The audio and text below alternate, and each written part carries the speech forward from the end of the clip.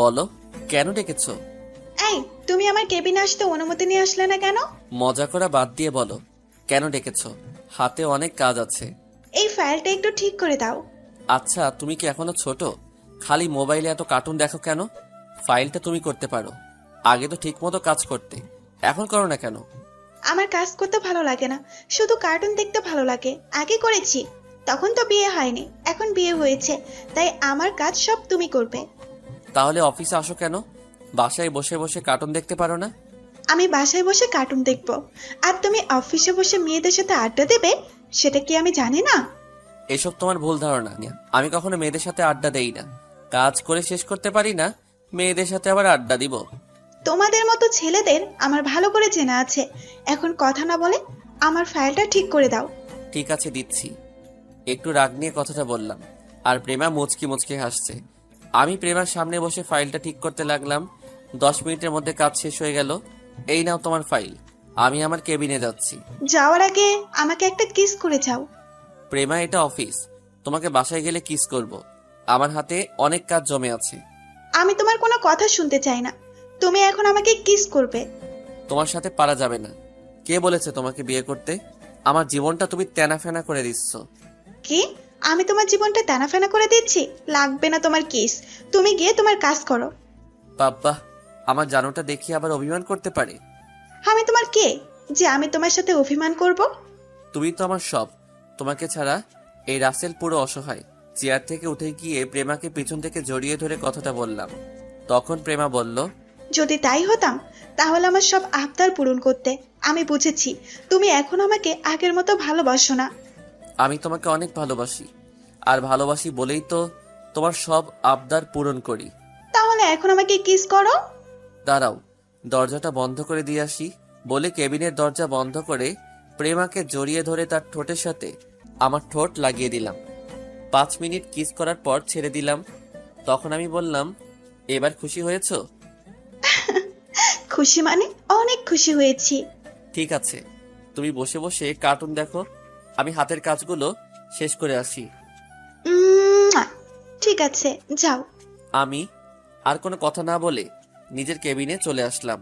এতক্ষণ তো বকবক করে গেছি, এখনো তো আমার পরিচয় দেওয়া হলো না। আমি রাসেল, বর্তমানে শ্বশুরের অফিসে কাজ করি। পরিবারে আব্বু আম্মু আর একটা ছোট বোন আছে। আর প্রেমা, ও হচ্ছে এই অফিসের বস। তাহলে চলুন প্রেমা আর আমার কাহিনী একটু খুলে বলি। প্রেমার সাথে আমার বিয়ে কিভাবে হলো। সকালে ঘুম থেকে উঠতে দেরি হয়ে গেছে। আজকে অফিসে বসের মেয়ে আসবে। আমি অফিসে চাকরি করি আজ 1 বছর ধরে। বস আমার কাজ দেখে অনেক ভালোবাসে, তাই দেরি হলে সমস্যা হয় না। কিন্তু আজকে আমাকে একটু তাড়াতাড়ি অফিসে যেতে বলছে। সেখানে আজকেও লেট। না জানি আজকে কপালে কি হয়েছে। আমি ওয়াশরুমে ঢুকে ফ্রেশ হয়ে রেডি হয়ে নাস্তা টেবিলের সামনে গিয়ে একটা চেয়ার টেনে বসলাম। তখন আমি রাইসাকে বললাম, ওই, আজকে আমাকে সকালে ডাকলি না কেন? আমি কি তোর চাকর নাকি যে প্রতিদিন তোকে ঘুম থেকে উঠিয়ে দেব? একটা বিয়ে করতে পারিস না, তাহলে তোর বউ সবসময় উঠিয়ে দিবে? এই, তোর মাথায় বিয়ে ছাড়া আর অন্য কিছু আসে না? না, আমার তোর বিয়ে ছাড়া অন্য কিছু আসে না। তোকে বিয়ে না দেওয়া পর্যন্ত আমি বিয়ে করব না। তুই আমার জীবনটা শেষ করে দিচ্ছিস। আমার বিয়ে হয়ে গেছে, তোর সাথে প্রতিদিন যুদ্ধ করবে কে? আমি তোকে বিয়ে না দেওয়া পর্যন্ত আমি বিয়ে করব না। ঠিক আছে, আমি তাড়াতাড়ি বিয়ে করে তোকে বিয়ে দিয়ে এই বাসা থেকে বের করব। আগে বিয়ে করে দেখা, তারপর আমার কথা বলিস। এই, তোরা কি সারাদিন ঝগড়া করবি? এখনো কি তোরা ছোট আছিস? আমার কি দোষ? তোমার মেয়ে তো আমার সাথে সবসময় ঝগড়া করে। কি? আমি তোর সাথে প্রতিদিন ঝগড়া করি নাকি তুই আমার সাথে করিস? এই, তোরা থামবি? আজকে তোর বাবা বাজার থেকে আসুক, তোদের একটা ব্যবস্থা করতে বলবো। আমি তোদের দুই ভাই বোনের জ্বালায় বাঁচি না। তুমি যা খুশি করো, আগে আমাকে নাস্তা দাও। এমনি আজকে অফিসে লেট হয়ে গেছে, তার উপর আজকে বসের মেয়ে অফিসে বসবে। এটা কি তোর আজকে নতুন নাকি? তুই তো প্রতিদিন সকালে দেরি করে উঠিস। আমি কি করব? আমার যে প্রচুর ঘুম, তাই সকাল সকাল উঠতে পারি না। তাহলে একটা বিয়ে করতে পারিস না? তোর বউ তোকে প্রতিদিন ঠেকে তুলে দিবে। আম্মু, তুমিও ওই খাচ্ছনির মতো শুরু করছো? আগে ওটাকে বাসা থেকে বের করো, তারপর আমি বিয়ে করব। আমি খাচ্ছন্নি? তুই বিড়াল ছাগল। শুরু আরো আছে, সব হচ্ছিস তুই। আর রাসেল, তোর আজকে না অফিসে লেট হয়ে গেছে? তাড়াতাড়ি নাস্তা করে অফিসে যা। আমি মনে মনে রাইসাকে স্বাধীন করলাম। আপনারা আবার ওকে বলে দিয়েন না, তা না হলে আমার অবস্থা খারাপ করে ছাড়বে। নাস্তা শেষ করে বাসার বাইরে এসে বাইক নিয়ে অফিসে যেতে লাগলাম। ও, আপনাদের তো রাইসার ব্যাপারে বললাম না। রাইসা এবার মাস্টার্স শেষ করছে, তাই বাসায় বসে থাকে। বিয়ের জন্য অনেক জায়গা থেকেই আসে, কিন্তু তার এক কথা, আমাকে বিয়ে না দেওয়া পর্যন্ত সে বিয়ে করবে না। তাই ওর বিয়েটাও হচ্ছে না। যত জায়গা থেকে বিয়ের জন্য আসে, রাইসা কিছু একটা বাহানা ধরে সবকিছু শেষ করে দেয়। আপনাদের সাথে কথা বলতে বলতে অফিসে চলে আসলাম। গেট দিয়ে ঢুকে বাইকটা পার্কিং করে অফিসের ভিতরে চলে গেলাম। নিজের কেবিনে বসতে না বসতেই পিয়ন শালা এসে বলল, স্যার, ম্যাম আপনাকে ওনার কেবিনে দেখা করতে বলেছে। ঠিক আছে, তুমি যাও, আমি আসছি। পিয়ন আর কোনো কথা না বলে চলে গেল। আমি দোয়া দরুদ পড়তে পড়তে ম্যামের কেবিনের সামনে গিয়ে বললাম, ভিতরে আসতে পারি ম্যাম? আসুন। আমি ভিতরে ঢুকে দেখি ম্যাম অপর দিকে চেয়ার ঘুরিয়ে বসে আছে। তখন আমি বললাম, ম্যাম আপনি আমাকে ডেকেছেন? এখন কয়টা বাজে? ম্যাম 10টা বাজে। আপনার অফিস কয়টায়? জি ম্যাম, সকাল 9টায়। তো অফিসে আসতে এত লেট কেন? প্রায় 1 ঘন্টা লেট। আপনাকে কি চেহারা দেখে বেতন দেওয়া হবে? আসলে ম্যাম ঘুম থেকে উঠতে দেরি হয়ে গেছে। আজকে সকালে আমাকে কেউ ঘুম থেকে ডেকে তুলে নাই, তাই লেট হয়ে গেছে। আপনি যে এরকম লেট করে অফিসে আসেন, আব্বু আপনাকে কিছু বলে না? উনি আমাকে কিছু বলে না, কারণ আমার কাজ শেষ করেই আমি বাসায় যাই। আর উনি আমার কাজ দেখে অনেক খুশি হয় এবং আমাকে অনেক ভালোবাসেন। তখন তো আব্বু অফিসে ছিল, তাই আপনাকে কিছু বলে নাই। এখন থেকে আমি অফিস দেখাশোনা করব। আজকের পর থেকে যদি কোনোদিন আপনার অফিসে আসতে লেট হয়, তাহলে আপনার বেতন থেকে টাকা কেটে নেওয়া হবে। ঠিক আছে ম্যাম, আজকের পর থেকে আর দেরি হবে না। আগামীকাল থেকে ঠিক টাইমে আসবো। ঠিক আছে, আপনি এখন আসতে পারেন। Okay ma'am. আমি আর কোনো কথা না বলে ম্যামের রুম থেকে বেরিয়ে আসলাম। আসার সময় ম্যামের 14 গোষ্ঠী উদ্ধার করলাম। আবার মনে মনে বললাম, ম্যাম তো ঠিকই বলেছে, এভাবে লেট করে অফিসে আসলে কোনো অফিসেই আমাকে চাকরি দিবে না। না, কালকে থেকে ঠিক টাইমে আসতে হবে।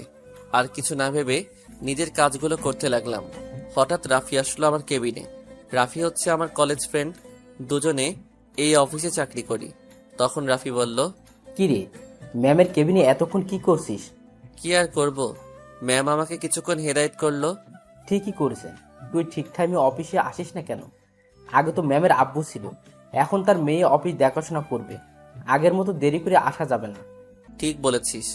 আচ্ছা, তুই কি ম্যামের চেহারা দেখেছিস? দেখেছি। কেন বলতো, তুই দেখিসনি? দেখলে কি তোকে জিজ্ঞেস করতাম? শালি চেয়ার ঘুরিয়ে আমাকে বাসন দিছে। তুই জানিস ম্যাম দেখতে অনেক সুন্দর, যদি ওর মতো মেয়ের সাথে প্রেম করতে পারতাম। তাহলে রিয়াকে গিয়ে বলবো রাফি তোকে এখন আর ভালোবাসে না, এখন অফিসের ম্যামের দিকে নজর দিচ্ছে। না ভাই, তোর দোহাই লাগে, এমন কাজ ভুলেও করিস না। রিয়া আমাকে কাঁচা খেয়ে ফেলবে, আমি তো তোর সাথে মজা করছি। এখন কথা না বলে নিজের কাজ কর গিয়ে। রাফি আর কোনো কথা না বলে তার কেবিনে চলে গেল। আসলে রিয়া হচ্ছে রাফির গার্লফ্রেন্ডের নাম। রাফি আর রিয়া দুজন দুজনকে কলেজ লাইফ থেকে ভালোবাসে। রিয়া রাফিকে সবসময় চোখে চোখে রাখে, তাই রাফি রিয়ার কথা শুনে ভয় পায়। কলেজ লাইফে আমিও অনেক মেয়ের প্রপোজ পেয়েছি, কিন্তু মনের মতো কাউকে পাইনি, তাই কোনো মেয়ের সাথে আজ পর্যন্ত প্রেম করি নাই। কিন্তু কলেজের একটা মেয়ে আমাকে অনেকবার প্রপোজ করছে, কিন্তু আমি রাজি হইনি, কারণ মেয়েটা ছিল বড়লোক বাবার মেয়ে। তার নাম ছিল প্রেমা। তখন আমার বাবা একটা অফিসে চাকরি করত। তার বাবা আমার সাথে কখনো রাজি হবে না বিয়ে দিতে, তাই সবসময় তাকে এড়িয়ে চলছি। তো যাই হোক, আপনাদের সাথে কথা বলতে বলতে দুপুরের লাঞ্চের টাইম হয়ে গেছে। আমি হাতের কাজ রেখে রাফিকে নিয়ে ক্যান্টিনে চলে গেলাম। দুজনে খাবার খেয়ে কেবিনে চলে আসলাম। তখন পিয়ন আমার কেবিনে আসলো। স্যার, ম্যাম আপনাকে ওনার কেবিনে যেতে বলেছে। কেন যেতে বলছে আপনি কি জানেন? না স্যার, শুধু বলেছে আপনাকে গিয়ে বলতে। ঠিক আছে, আপনি যান। পিয়ন আমার কেবিন থেকে বেরিয়ে গেল। আমি বসা থেকে উঠে ম্যামের কেবিনের সামনে গিয়ে বললাম, ম্যাম ভিতরে আসতে পারি? আসুন। আমি ভিতরে ঢুকে দেখি ম্যাম আবার চেয়ার ঘুরিয়ে বসে আছে। তখন আমি বললাম, ম্যাম আমাকে আপনি ডেকেছেন? ঠেকেছি। আপনি দুপুরে লাঞ্চ করেছেন? জি ম্যাম। খাবার খেয়ে নিজের কেবিনে বসতে বসতেই পিয়ন এসে বলল, আপনি আমাকে ডেকেছেন? ও ঠিক আছে, আপনি এখন আসতে পারেন। এটা বলার জন্য ডেকে পাঠিয়েছি। ও আচ্ছা, তাহলে আমি আসি। হুম। আমি আর কোনো কথা না বলে ম্যামের কেবিন থেকে বেরিয়ে নিজের কেবিনে চলে আসলাম। শালি আমাকে এই কথা বলার জন্য ডেকে পাঠিয়েছে, আমার খাবারগুলো হজম হতে দিল না। আচ্ছা, আমি একটা জিনিস ভেবে পাচ্ছি না, ম্যাম আমাকে ওনার চেহারা দেখায় না কেন? ম্যাম কি লজ্জা পায়? না না, আমি কি ভাবছি? রাফি তো বলল ম্যামের চেহারা দেখছে, তাহলে আমাকে দেখাচ্ছে না কেন? দূর, না দেখালে নাই, আমি আমার কাজ করতে থাকি। কিন্তু ম্যামের গলার কণ্ঠ আমার কেমন জানি চেনা চেনা লাগছে। আর কিছু ভাবতে পারছি না, নিজের কাজে মন দেই। তারপর নিজের কাজে মন দিলাম।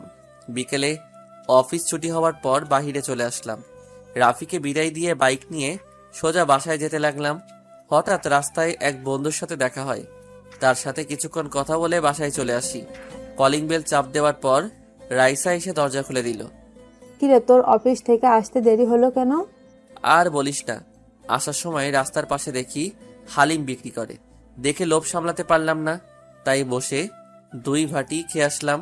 তুই একা একা খেলে আমার জন্য নিয়ে আসলি না কেন? আমাকে পাগলা কুকুরে কামড় দিচ্ছে, তোর জন্য হালিম আনতে যাব? তুই আম্মুর কাছে প্রতিদিন আমাকে বকা শোনাস। আরে এটা শয়তানি করি, তুই কি বুঝিস না আমি চলে গেলে তোর সাথে কেউ দুষ্টামি করবে না? কথাটা রাইসা মন খারাপ করে বলছে। আমি ওর মন খারাপ করা দেখে তার জন্য যে হালিম এনেছি তা ওর সামনে ধরে বললাম, এই পাগলি বোন আমার, তোর এই ভাই কি কখনো তোকে ছাড়া কিছু খেয়েছে? তুই জানিস না তোর এই ভাই অনেক ভালোবাসে? রাইসা আমার কথা শুনে জড়িয়ে ধরে কান্না করে দিল। তখন রাইসা বলল, ভাইয়া, তুই আমাকে এত ভালোবাসিস? রে পাগলি, তোর সাথে তো আমি ইচ্ছে করে দুষ্টুমি করি। ঠিক আছে, এখন ভিতরে আয়। আর কোনো কথা না বলে ভিতরে ঢুকে নিজের রুমে চলে গেলাম। ওয়াশরুমে ঢুকে ফ্রেশ হয়ে বিছানায় শুয়ে মোবাইল টিপতে লাগলাম। আসলে ওই বন্ধুর সাথে কথা বলে আসার সময় হালিম দেখে লোভ সামলাতে পারি নাই, তাই আমি 2 বাটি খেয়ে রাইসার জন্য 2 বাটি নিয়ে আসলাম। আব্বু আম্মু আবার হালিম খায় না, আমার আর রাইসার হালিম অনেক পছন্দ। তো যাই হোক, রাতে সবার সাথে খাবার খেয়ে রুমে চলে আসলাম। বিছানায় শুয়ে মোবাইল টিপতে গেলে ম্যামের কথাগুলো মনে পড়ে যায়। মোবাইলে অ্যালার্ম দিয়ে রাখলাম, তাই আর মোবাইল না টিপে ঘুমিয়ে পড়লাম। সকালে ঘুম থেকে তাড়াতাড়ি উঠে গেলাম। ঘড়ির দিকে তাকিয়ে দেখি মাত্র 7টা বাজে। এখনো অফিসের টাইম 2 ঘন্টা বাকি আছে। বিছানায় থেকে নেমে ওয়াশরুমে ঢুকে ফ্রেশ হয়ে একটা জামা গায়ে দিয়ে নিচে আসলাম। তখন আব্বু আম্মু এবং রাইসা আমার দিকে কেমন চোখে যেন তাকিয়ে আছে। আমি তো কিছুই বুঝতে পারছি না। তোমরা সবাই আমার দিকে এভাবে তাকিয়ে আছো কেন? আমি কি কোনো এলিয়েন নাকি? বাবা, তোর কিছু হয়েছে? শরীর খারাপ নাকি? এ কথা বললে কেন? আমি তো ঠিকই আছি। মানে আম্মু বলতে চাচ্ছে সূর্য আজকে কোন দিকে উঠেছে। কেন? প্রতিদিন যেদিকে ওঠে আজকেও সেদিকে উঠেছে। রাইসা, আমার মনে হয় রাসেলের কিছু হয়েছে। যে ছেলেকে সকালে এত ডাকার পরে ওঠে না, সে ছেলে আজকে এত সকাল সকাল কিভাবে উঠলো? আমি কি সকাল সকাল উঠতে পারি না? সেটা তো আমরা আজ 1 বছর ধরে দেখে আসছি। আরে, অফিসের ম্যাম অনেক কড়া। গতকাল আমাকে যে ভাষণ দিছে, তাই সকাল সকাল ঘুম থেকে উঠে গেলাম। ম্যামের আব্বু হলে কোনো সমস্যা ছিল না, কিন্তু বসের মেয়ের অনেক রাগ। এবার ঠিক হয়েছে, এখন দেখ দেরি করে অফিসে গেলে তোর ম্যামের ঝাড়ি খেতে হবে। ঠিক কি বলছিস? আম্মু, নাস্তা কি হয়েছে? এখনো হয়নি? তোরা বসে গল্প কর, আধ ঘন্টার মধ্যে হয়ে যাবে। ঠিক আছে বলে আমি সোফায় গিয়ে বসলাম। তখন রাইসা আমার পাশে বসে বলল, ভাইয়া, তোর ম্যাম দেখতে কেমন রে? আমি এখনো ম্যামের চেহারা দেখি নাই। যে সময় আমাকে কেবিনে ডাকবে তখন ম্যাম চেয়ার ঘুরিয়ে আমার সাথে কথা বলে। এভাবে কথা বলে কেন? বাকিদের সাথে কি এভাবে কথা বলে? না, শুধু আমার সাথে এভাবে কথা বলে। তাহলে আমার মনে হয় এখানে কোনো কারণ আছে। অফিসে সবার সাথে সামনাসামনি কথা বলে, তোর সাথে চেয়ার ঘুরিয়ে কথা বলে কেন? সেটা আমি বলতে পারবো না, দেখি সামনে কি হয়। মাত্র তো প্রথম দিন এমন করছে, কোনো একদিন তো অবশ্যই দেখতে পাবো। তারপর আমি আর রাইসা আরো কিছুক্ষণ কথা বললাম। কিছুক্ষণ পর আম্মু টেবিলে নাস্তা নিয়ে আসলো। সবার সাথে নাস্তা করে রুমে এসে রেডি হয়ে বাসা থেকে বেরিয়ে বাইক নিয়ে অফিসে চলে আসলাম। বাইকটা পার্কিং করে অফিসের ভিতরে ঢুকে নিজের কেবিনে চলে আসলাম। আজকে 20 মিনিট আগে অফিসে চলে আসলাম। আমি বসে বসে মোবাইল টিপতে লাগলাম। অফিসের সবাই আস্তে আস্তে আসা শুরু করলো। কিছুক্ষণ পর রাফি অফিসের ভিতরে ঢুকে আমাকে দেখে কেবিনে আসলো। তখন রাফি বলল, কিরে, তুই কি রাসেল নাকি অন্য কেউ? আমি রাসেল না, রাসেলের ফটোকপি। আমার তো তাই মনে হয়। আজ 1 বছর পর তুই অফিসে আগে এসেছিস। কি করব বল, শালার ঘুমের কারণে ঠিক টাইমে আসতে পারি না। ঠিক আছে, চল দুজনে কফি খেয়ে আসি। কফি খেয়ে এসে কাজ করব। ঠিক আছে চল। আমি আর রাফি কেবিন থেকে বেরিয়ে ক্যান্টিনে চলে গেলাম। দুজনে 2টা কফি খেয়ে অফিসে চলে আসলাম। রাফি ওর কেবিনে চলে গেল। আমি আমার কেবিনে বসে কাজ করতে লাগলাম। কাজ করতে করতে দুপুরের লাঞ্চের টাইম হয়ে গেছে। কিন্তু অবাক করার বিষয় হলো আজকে ম্যাম আমাকে তার কেবিনে ডাকে নাই। মনে হয় টাইম মতো আসার কারণে ডাকে নাই। আর ডাকে নাই ভালোই করছে, তা না হলে আমাকে কিছুক্ষণ ভাষণ দিত। এই যা, শালির কথা বলতে না বলতেই পিয়ন এসে বলল, স্যার, ম্যাম আপনাকে ওনার কেবিনে ডাকছে। এখন তো দুপুরে লাঞ্চের টাইম, আমি এখন খাবার খেতে যাব। আমাকে বলে লাভ নেই, ম্যামের কাছে গিয়ে বলেন আপনাকে তাড়াতাড়ি যেতে বলেছে। কথা বলে পিয়ন কেবিন থেকে বেরিয়ে গেল। এখন লাঞ্চের টাইমে কেন ডাকলো? আবার অনেক খিদেও লাগছে, মনে কয় শালির মাথা ফাটিয়ে দেই। আমি কেবিন থেকে বেরিয়ে ম্যামের কেবিনের সামনে গিয়ে বললাম, ম্যাম ভিতরে আসতে পারি? আসুন। আমি ভিতরে গিয়ে দেখি ম্যাম আগের মতো চেয়ারে ঘুরিয়ে বসে আছে। ম্যাম আমাকে কেন ডেকেছেন? এখন তো দুপুরের লাঞ্চের টাইম। আপনি আজকে আমার সাথে লাঞ্চ করবেন, তাই কেবিনে আসতে বললাম। আপনি আমার সাথে কিভাবে খাবার খাবেন? আপনি তো আপনার চেহারা এখনো পর্যন্ত আমাকে দেখান নাই। আমার চেহারা দেখলে আপনি চেয়ার থেকে উঠে দাঁড়িয়ে যাবেন, কারণ আপনি আমাকে ভালো করে চেনেন। আমি আপনাকে চিনি মানে? কে আপনি? মনে করে দেখেন তো, কলেজে আপনাকে প্রতিদিন একটা মেয়ে প্রপোজ করতো, কিন্তু আপনি রাজি হতেন না। আপনি প্রেমার কথা বলছেন? কিন্তু আপনি ওকে চিনেন কিভাবে? আপনি সেটা পরে জানতে পারবেন। এখন বলেন, প্রেমার প্রপোজে রাজি হতেন না কেন? সে কি দেখতে খারাপ? আসলে ম্যাম, প্রেমা মেয়েটাকে আমারও অনেক পছন্দ, কিন্তু সে ছিল বড়লোক বাবার একমাত্র মেয়ে। আমার বাবা ছিল সাধারণ একটা অফিসের কর্মচারী। প্রেমার বাবা কখনো আমাদের সম্পর্ক মেনে নিবে না, তাই প্রেমা যতবার প্রপোজ করত আমি তাকে ফিরিয়ে দিতাম। তোমার বাবা অফিসের কর্মচারী তো কি হয়েছে? উনি কি মানুষ না? টাকা পয়সা দিয়ে কখনো ভালোবাসা হয় না, দুজনেই দুই মনের মিল থাকতে হয়, ভালোবাসা হয়। সেটা ঠিক আছে, কিন্তু প্রেমার বাবা কখনো মানবে না। সত্যি করে বলুন তো, আপনি কি এখনো প্রেমাকে ভালোবাসেন? যদি সে আপনার কাছে ফিরে আসে, তখন তাকে আপন করে নেবেন? সে যদি আপনাকে বিয়ে করতে চায়, আপনি তাকে বিয়ে করবেন? আমি এখনো তাকে ভালোবাসি, কিন্তু সে এখন কোথায় থেকে ফিরে আসবে? তাকে তো পড়ালেখা ছাড়ার পর আর দেখতেই পাইনি। সে আপনার আশেপাশে আছে, আপনি বলুন, তাকে আপনি বিয়ে করবেন? বিয়ে করতে রাজি আছি, যদি তার বাবা মা এবং আমার বাবা মা রাজি থাকে। প্রেমার বাবা মা সবাই রাজি আছে, এখন আপনি রাজি কিনা সেটা বলুন। আপনি জানলেন কিভাবে যে প্রেমা রাজি আছে? আপনি কে? হঠাৎ ম্যাম চেয়ার ঘুরিয়ে আমার দিকে তাকিয়ে মুচকে মুচকে হাসছে। আমি তো ম্যামকে দেখে অবাক হয়ে গেলাম। এ আর কেউ নয়, প্রেমা। তখন প্রেমা আমাকে বলল, কি ব্যাপার, শখ খেলে নাকি মিস্টার রাসেল? প্রেমা তুমি এখানে? তার মানে এটা তোমাদের অফিস? এটা আমাদের অফিস। 4 দিন আগে অফিসে আব্বুর কাছে আসলাম, তখন হঠাৎ তোমাকে অফিসে দেখি। আর তারপর আব্বুকে বুঝিয়ে আমি অফিসে জয়েন্ট করি। আব্বু আমাকে আগে থেকেই বলেছে অফিসের দায়িত্ব হাতে নেওয়ার জন্য, কিন্তু আমার অফিসে কাজ করতে ভালো লাগে না, তোমাকে দেখেই অফিসে বসার দায়িত্ব পালন করতে এসেছি। এই জন্যই তো বলি তুমি আমাকে চেহারা দেখাও না কেন। তোমার গলার কণ্ঠ কেমন যেন চেনা চেনা লাগছে। আচ্ছা, তুই পড়াশোনা শেষ করার পর কোথায় ছিলে? আসলে পড়ালেখা শেষ করার কিছুদিন পর আমার ব্লাড ক্যান্সার ধরা পড়ে। প্রায় 6 মাস বাংলাদেশে অনেক ডাক্তার দেখিয়েছি, কিন্তু কোনো উন্নতি দেখছি না। তারপর আব্বু আমাকে আমেরিকা মামাদের কাছে নিয়ে যান। সেখানে একটা হাসপাতালে আমার অপারেশন হয়। আল্লাহ দিলে 6 মাসে আমি পুরোপুরি সুস্থ হয়ে যাই। সুস্থ হলে বাংলাদেশে ফিরে আসি। ও, রাসেল, তুমি আমাকে একটু ভালোবাসা দিবে? আমি সারা জীবন তোমার আগলে রাখবো, কখনো কষ্ট পেতে দেব না। আমি চেয়ার থেকে উঠে প্রেমাকে পিছন থেকে জড়িয়ে ধরে বললাম, আমিও তোমাকে ভালোবাসি। একমাত্র তোমার কারণে সব মেয়েদের রিজেক্ট করে দিছি। আমি তোমাকে প্রথম দিন কলেজে দেখে পছন্দ করে ফেলি, কিন্তু যখন শুনলাম তুমি বড়লোক বাবার একমাত্র মেয়ে, তখন পিছিয়ে গেলাম। তুমি জানো, আমি আব্বুর কাছে তোমার ব্যাপারে সবকিছু খুলে বলছি। আব্বু তোমার কথায় অনেক খুশি হয়েছে। আব্বু তোমার মতো একটা ছেলেকে খুঁজছে আমার জন্য। তাহলে তো আর কোনো সমস্যা নেই, কিছুদিন পরে তোমাকে বিয়ে করে বাসায় নিয়ে যাব। ঠিক আছে, লাঞ্চের টাইম তো শেষ হয়ে গেছে, তুমি ফ্রেশ হয়ে আসো। আজকে তোমার জন্য নিজ হাতে বিরিয়ানি বানিয়ে নিয়ে আসলাম। ওকে, আমি ফ্রেশ হয়ে আসছি বলে ওয়াশরুমে ঢুকে ফ্রেশ হয়ে আসলাম। প্রেমা আমার সামনে একটা টিফিন বক্স দিল। আমি খুলে দেখি বিরিয়ানি। আমি খেতে শুরু করলাম। হঠাৎ মনে হলো প্রেমা তো এখনো খাবার খায়নি। আসলে পেটের খিদায় প্রেমার কথা ভুলে গেছি। প্রেমার দিকে তাকিয়ে দেখি আমার দিকে তাকিয়ে আছে। আমি কোনো কথা না বলে প্রেমার মুখের সামনে খাবার ধরলাম।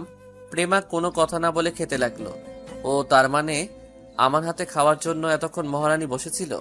প্রেমাকে আমি খাইয়ে দিতে লাগলাম। প্রেমা আমার দিকে তাকিয়ে আছে। এইভাবে আমার দিকে তাকিয়ে আছো কেন? তুমি কি আমার সেই রাসেল যাকে হাজারবার প্রপোজ করার পরেও রাজি হলো না? তুমি সবকিছু শুনে তারপরেও কথাটা কিভাবে বলছো? এভাবে সারা জীবন আমাকে খাইয়ে দেবে তো? তোমার কি হাত নেই? আমি তোমাকে খাইয়ে দিতে যাব কেন? তোমার আর খাইয়ে দিতে হবে না, আমার আর খাবো না। ও মা, মহারানী দেখি আবার রাগ করতে জানে। তুমি চাইলে আমি সবসময় তোমাকে খাইয়ে দিব। এই না হলে আমার জামাই। হয়েছে হয়েছে, এখন তাড়াতাড়ি খাও, হাতের কিছু কাজ বাকি আছে। আজকে তোমাকে আর কাজ করতে হবে না, দুজনে মিলে বাইরে ঘুরতে যাব। ঠিক আছে। তারপর দুজনে খাবার খেলাম। প্রেমা আমার থেকে টিফিন বক্সটা নিয়ে ওয়াশরুমে চলে গেল। কিছুক্ষণ পর বেরিয়ে আসলো, হাতে করে এক গ্লাস পানি নিয়ে আসলো। আমার হাতটা ধুয়ে দিল। তারপর প্রেমার ওড়না দিয়ে মুখ মুছে দিল। তারপর কিছুক্ষণ রেস্ট নিয়ে প্রেমা আর আমি অফিস থেকে বেরিয়ে বাইক নিয়ে ঘুরতে গেলাম। প্রেমা আমাকে পিছন থেকে জড়িয়ে ধরে আছে। রাত 9টার সময় বাসায় ফিরে আসলাম। প্রেমাকে তাদের বাসার সামনে নামিয়ে দিয়ে আমার বাসায় চলে আসলাম। দেখতে দেখতে আমাদের বিয়েটা হয়ে গেল। দুই ফ্যামিলি মিলে আমাদের বিয়ের দিন তারিখ ঠিক করলো। তারপর বিয়েটা হয়ে গেল। বিয়ের 1 মাস পর থেকে প্রেমা অফিসে বসে। এতে আব্বু আম্মু কিছু বলে না। তারা চায় আমি আর প্রেমা মিলে অফিসটা চালাই। এরপর থেকে প্রেমা অফিসে বসের দায়িত্ব পালন করে, কিন্তু তার সব কাজ আমার হাতে করায়। প্রেমা সারাদিন অফিসে বসে ছোট বাচ্চাদের মতো কার্টুন দেখে। এই ছিল অতীতের কাহিনী। এবার বর্তমানে আসা যায়। প্রেমার কেবিন থেকে বেরিয়ে আসতেই কারোর সাথে ধাক্কা খেলাম, কিন্তু আমি পড়ি নাই। যে আমার সাথে ধাক্কা খেয়েছে সে পড়ে গেছে। নিচের দিকে তাকিয়ে দেখি একটা মেয়ে, কিন্তু তাকে কখনো এই অফিসে দেখি নাই। তখন মেয়েটি উঠে এসে আমাকে একটা থাপ্পড় মেরে দিল। তারপর বলতে লাগলো, তার বাচ্চা, দেখে চলতে পারিস না? দেখে তো মনে হচ্ছে এই অফিসে কাজ করিস। আমি ইচ্ছে করে আপনাকে ধাক্কা দেই নাই। আর একটা কথা, আমার মা বাবাকে গালি দিয়ে কথা বলবেন না। যদি গালি দেই তাহলে তুই কি করবি? তুই জানিস আমি চাইলে প্রেমাকে বলে তোকে এই অফিস থেকে বের করে দিতে পারি। আপনি বলে দেখতে পারেন, কোনো লাভ হবে না। আর একটা কথা, আপনি শুধু মেয়ে মানুষ দেখে আজকে বেঁচে গেছেন। তা না হলে আমার থাপ্পড়ের প্রতিশোধ আমি নিয়ে ছাড়তাম। তুই বেশি বেড়ে গেছিস। দাঁড়া, তোর চাকরি এখানে আমি খেয়ে দিচ্ছি এক্ষুনি। বলে মেয়েটা প্রেমার কেবিনে চলে গেল। আমি দাঁড়িয়ে না থেকে নিজের কেবিনে চলে আসলাম। একটা ফাইলের কাজ করতে আসি। হঠাৎ প্রেমা ফোন দিয়ে বলল তার কেবিনে একটু যেতে। আমি কেবিন থেকে বেরিয়ে সোজা প্রেমার কেবিনে ঢুকে গেলাম। ওই মেয়েটা আমাকে দেখে বলল, দেখছিস প্রেমা, কি অসভ্য ছেলে! তোর কেবিনে ঢুকতে অনুমতি নিয়ে আসলো না। আমি তোর কেবিনে আসার সময় এই ছেলেটা আমাকে ধাক্কা দিয়ে ফেলে দিছে। প্রেমা, আমি ইচ্ছে করে ওকে ধাক্কা দিয়ে ফেলে দেই নাই। তোমার কেবিন থেকে বেরিয়ে যেতেই ওনার সাথে ধাক্কা লাগে। তারপর উনি পড়ে যায়। তারপর আমার মা বাবাকে গালি দিছে এবং আমার গালে একটা থাপ্পড় মারছে। প্রেমা চেয়ার থেকে উঠে ওই মেয়েটার 2 গালে 2টা থাপ্পড় মেরে দিল। ওই মেয়েটা গালে হাত দিয়ে বলল, প্রেমা, তুই আমার বান্ধবী হয়ে ওই ছেলের কথায় আমার গায়ে হাত তুললি? তোর সাহস কি করে হলো ওর গায়ে হাত তোলার, আবার ওর আব্বু আম্মুকে গালি দেওয়ার? তুই জানিস ওকে? কে ও, যার জন্য আমার গায়ে হাত তুললি? ও আমার স্বামী, আর তুই ওর গায়ে হাত তুলছিস? আমার শ্বশুর শাশুড়িকে গালি দিচ্ছিস? আমি রাসেলের সম্বন্ধে ভালো করে জানি। ও কোনো মেয়েকে ধাক্কা তো দূরের কথা, কোনো মেয়ের গায়ে হাত তুলবে না। তুই শুধু আমার বান্ধবী দেখে আর কিছু করলাম না, তা না হলে উচিত শিক্ষা দিয়ে ছেড়ে দিতাম। সরি প্রেমা, আমি বুঝতে পারি নাই। ও যে তোর স্বামী। আমি যদি তোর স্বামীকে আগে দেখতাম তাহলে এমনটা হতো না। তুই আমাকে মাফ করে দে। আমার কাছে মাপ না চেয়ে রাসেলের কাছে যা। ও যদি তোকে ক্ষমা করে তাহলে আমিও তোকে মাফ করে দিব। আপনি আমাকে ক্ষমা করে দেন, আমি আপনাকে চিনতে পারি নাই। আমি তোমাকে ক্ষমা করে দিছি। ভবিষ্যতে এমন কাজ আর কারোর সাথে করবেন না, তা না হলে তোমাকে পস্তাতে হবে। কথা মনে রাখিস। এই বলে আমি নিজের কেবিনে চলে আসলাম। তারপর বিকেলে অফিস ছুটির পর গাড়ি নিয়ে প্রেমার জন্য অপেক্ষা করতে লাগলাম। কিছুক্ষণ পর প্রেমা অফিস থেকে বেরিয়ে আসলো। প্রেমা এসে আমার সাথে সামনের সিটে বসলো। তখন প্রেমা বলল, কি ব্যাপার, তুমি আমাকে নিয়ে আসলে না কেন? আমি মনে করছি ওই মেয়েটা তোমার কেবিনে, তাই আর যাইনি। আচ্ছা, মেয়েটাকে? ও হচ্ছে নদী, আমার সাথে হাই স্কুল লাইফ পর্যন্ত পড়ছে। আমরা দুইজন বান্ধবী। এসএসসি পাস করার পর তার আব্বু ওকে বাহিরের রাষ্ট্রে পাঠিয়ে দেয়। তারপর পড়ালেখা শেষ করে দেশে এসে তাদের নিজেদের অফিস দেখাশোনা করে। ও, তাহলে ও আমাকে দেখে নাই? তোমার সাথে যোগাযোগ ছিল না? যোগাযোগ থাকলে কি আজকের এই ঘটনা ঘটতো? তাও ঠিক বলছো। তারপর আমি আর প্রেমা কথা বলতে বলতে বাসায় চলে আসলাম। আপনাদের একটা কথা বলে রাখি, প্রেমা বাসায় আসলে আব্বু আম্মু সেবা যত্ন করা শুরু করে। বাসায় এসে কলিং বেল চাপ দিলাম, কিছুক্ষণ পর আম্মু এসে দরজা খুলে দিল। আমাদের দেখে আম্মু বলল, কিরে তোরা এসেছিস? আম্মু আম্মু তুমি দুপুরে ওষুধ ঠিক মতো খেয়েছো? খেয়েছি, আর আল্লাহ দিলে আমি এখন ভালো আছি। আমাকে নিয়ে তোর চিন্তা করতে হবে না।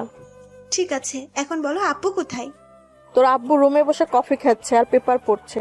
ঠিক আছে রাসেল, তুমি রুমে যাও, আমি আপুকে দেখে আসছি। ঠিক আছে যাও। আমি আর কোনো কথা না বলে রুমে চলে আসলাম। প্রেমা আব্বুর রুমে চলে গেল। এবার দেখছেন প্রেমা বাসায় আসলে কি করে। আমি ওয়াশরুমে ঢুকে ফ্রেশ হয়ে বিছানায় শুয়ে মোবাইল টিপতে লাগলাম। রাতে সবার সাথে খাবার খেয়ে আমি রুমে চলে আসলাম। প্রেমা আব্বু আম্মুকে ওষুধ খাইয়ে দিয়ে আসবে, আর রাইসা তার এক বান্ধবীর বিয়েতে গেছে, তাই ওর কথা বললাম না। কিছুক্ষণ পর প্রেমা রুমে ঢুকে দরজা লাগিয়ে বিছানায় এসে আমাকে জড়িয়ে ধরলো। এই আমি মা হতে চাই। আপু আমার অনেক শখ দাদা দাদি ডাক শোনার। আগে রাইসার বিয়েটা হয়ে যাক, তারপর সব হবে। আমি তোমার কথা শুনতে চাই না, আমি বলছি মা হব। এখন তুমি ছেলে মেয়ে লালন পালন করতে পারবে? আমি পারবো, তুমি আমাকে একটা তোমার মতো ছেলে দাও। ঠিক আছে, কিছুদিন অপেক্ষা করো, তারপর তোমার সব আবদার পূরণ করব। ওকে, এখন আমাকে একটা কিস করো। ঠিক আছে, করছি। আমি প্রেমাকে জড়িয়ে ধরে তার ঠোঁটের সাথে ঠোঁট লাগিয়ে দিলাম। প্রায় 5 মিনিট পর ছেড়ে দিয়ে দুজন দুজনকে জড়িয়ে ধরে শুয়ে পড়লাম। আজ 5 দিন পর আমি রাতের খাবার খেয়ে রুমে শুয়ে মোবাইল টিপতে আসি। হঠাৎ রাইসা আমার রুমে আসলো। তখন আমি রাইসাকে দেখে বললাম, কি রে রাইসা, তুই আমার রুমে, কিছু বলবি? রাইসা আমার পাশে বসে বলল, আসলে ভাইয়া কলেজ লাইফ থেকে একটা ছেলের নাম রনি আমাকে ভালোবাসে, কিন্তু আমি তাকে ফিরিয়ে দিই। আমি তাকে বলছি আমি তাকে ভালোবাসতে পারবো না, কিন্তু সে আমাকে প্রতিদিন ভালোবাসার কথা বলে। আমার বান্ধবীর বিয়েতে রনি এসে আমাকে ভালোবাসার কথা বলেছে। ছেলেটা কেমন, ভালো নাকি খারাপ? ভাইয়া ছেলেটা অনেক ভালো, আমার সাথে কখনো খারাপ কিছু করে নাই, শুধু ভালোবাসার কথা বলে। তোর কি রনিকে পছন্দ হয়? ছেলেটাকে পছন্দ হয়, কিন্তু আমি ভালোবাসা বিশ্বাস করি না। আমি ওকে বলছি আমার বাসায় বিয়ের প্রস্তাব নিয়ে আসতে। তখন সে কি বলেছে? রনি বলেছে তার আব্বু আম্মুকে রাজি করিয়ে কালকে আমাদের বাসায় আসবে। রনি বর্তমানে কি করে? রনি এখন তাদের অফিস দেখাশোনা করে। ঠিক আছে, কালকে তাহলে আসুক, আমি সব ব্যবস্থা করছি। ঠিক আছে ভাইয়া, আব্বু আম্মুর কাছে বলতে লজ্জা লাগে, তাই তোর কাছে বলছি। সমস্যা নেই, আমি সব দেখছি, তুই রুমে যা। রাইসা আর কোনো কথা না বলে রুম থেকে বেরিয়ে গেল। আমি শুয়ে শুয়ে মোবাইল টিপতে লাগলাম। প্রেমা রুমে এসে দরজা লাগিয়ে আমাকে জড়িয়ে ধরে বলল, রাইসাকে দেখলাম রুম থেকে বেরিয়ে যেতে, কেন এসেছে রাইসা? তাহলে শোনো। তারপর রাইসা আমার সাথে কি বলেছে সবকিছু প্রেমাকে খুলে বললাম। তাহলে তো ভালোই, রাইসার বিয়ে হয়ে গেল, আমি তোমার কাছে একটা সন্তান পাবো। ঠিক আছে, দিব। তাহলে কালকে আর দুজনে অফিসে যাব না, ম্যানেজার আঙ্কেলকে বলবো সবকিছু দেখে রাখতে। ওকে, ঠিক আছে। তারপর দুজন দুজনকে জড়িয়ে ধরে শুয়ে পড়লাম। এবার আপনাদের একটা কথা বলি, আমার আর প্রেমার বিয়ের পর এখনো প্রেমার সাথে গভীরে যাইনি, কারণ বিয়ের 2 দিন আগে থেকে আম্মু অসুস্থ হয়ে পড়ে। তাই বাসর রাতে প্রেমাকে বলেছি আম্মু সুস্থ না হওয়া পর্যন্ত আমরা গভীরে যাব না। প্রেমাও আমার সাথে একমত দিছে। এরপর আমাদের মাঝে কিছুই হয়নি। সব মেয়েরা চায় স্বামীর ভালোবাসা নিয়ে বেঁচে থাকতে, স্বামীর আদর পেতে, মা হওয়ার স্বপ্ন থাকে। কিন্তু প্রেমা আমার কথার বাহিরে একটা কথা বলে না।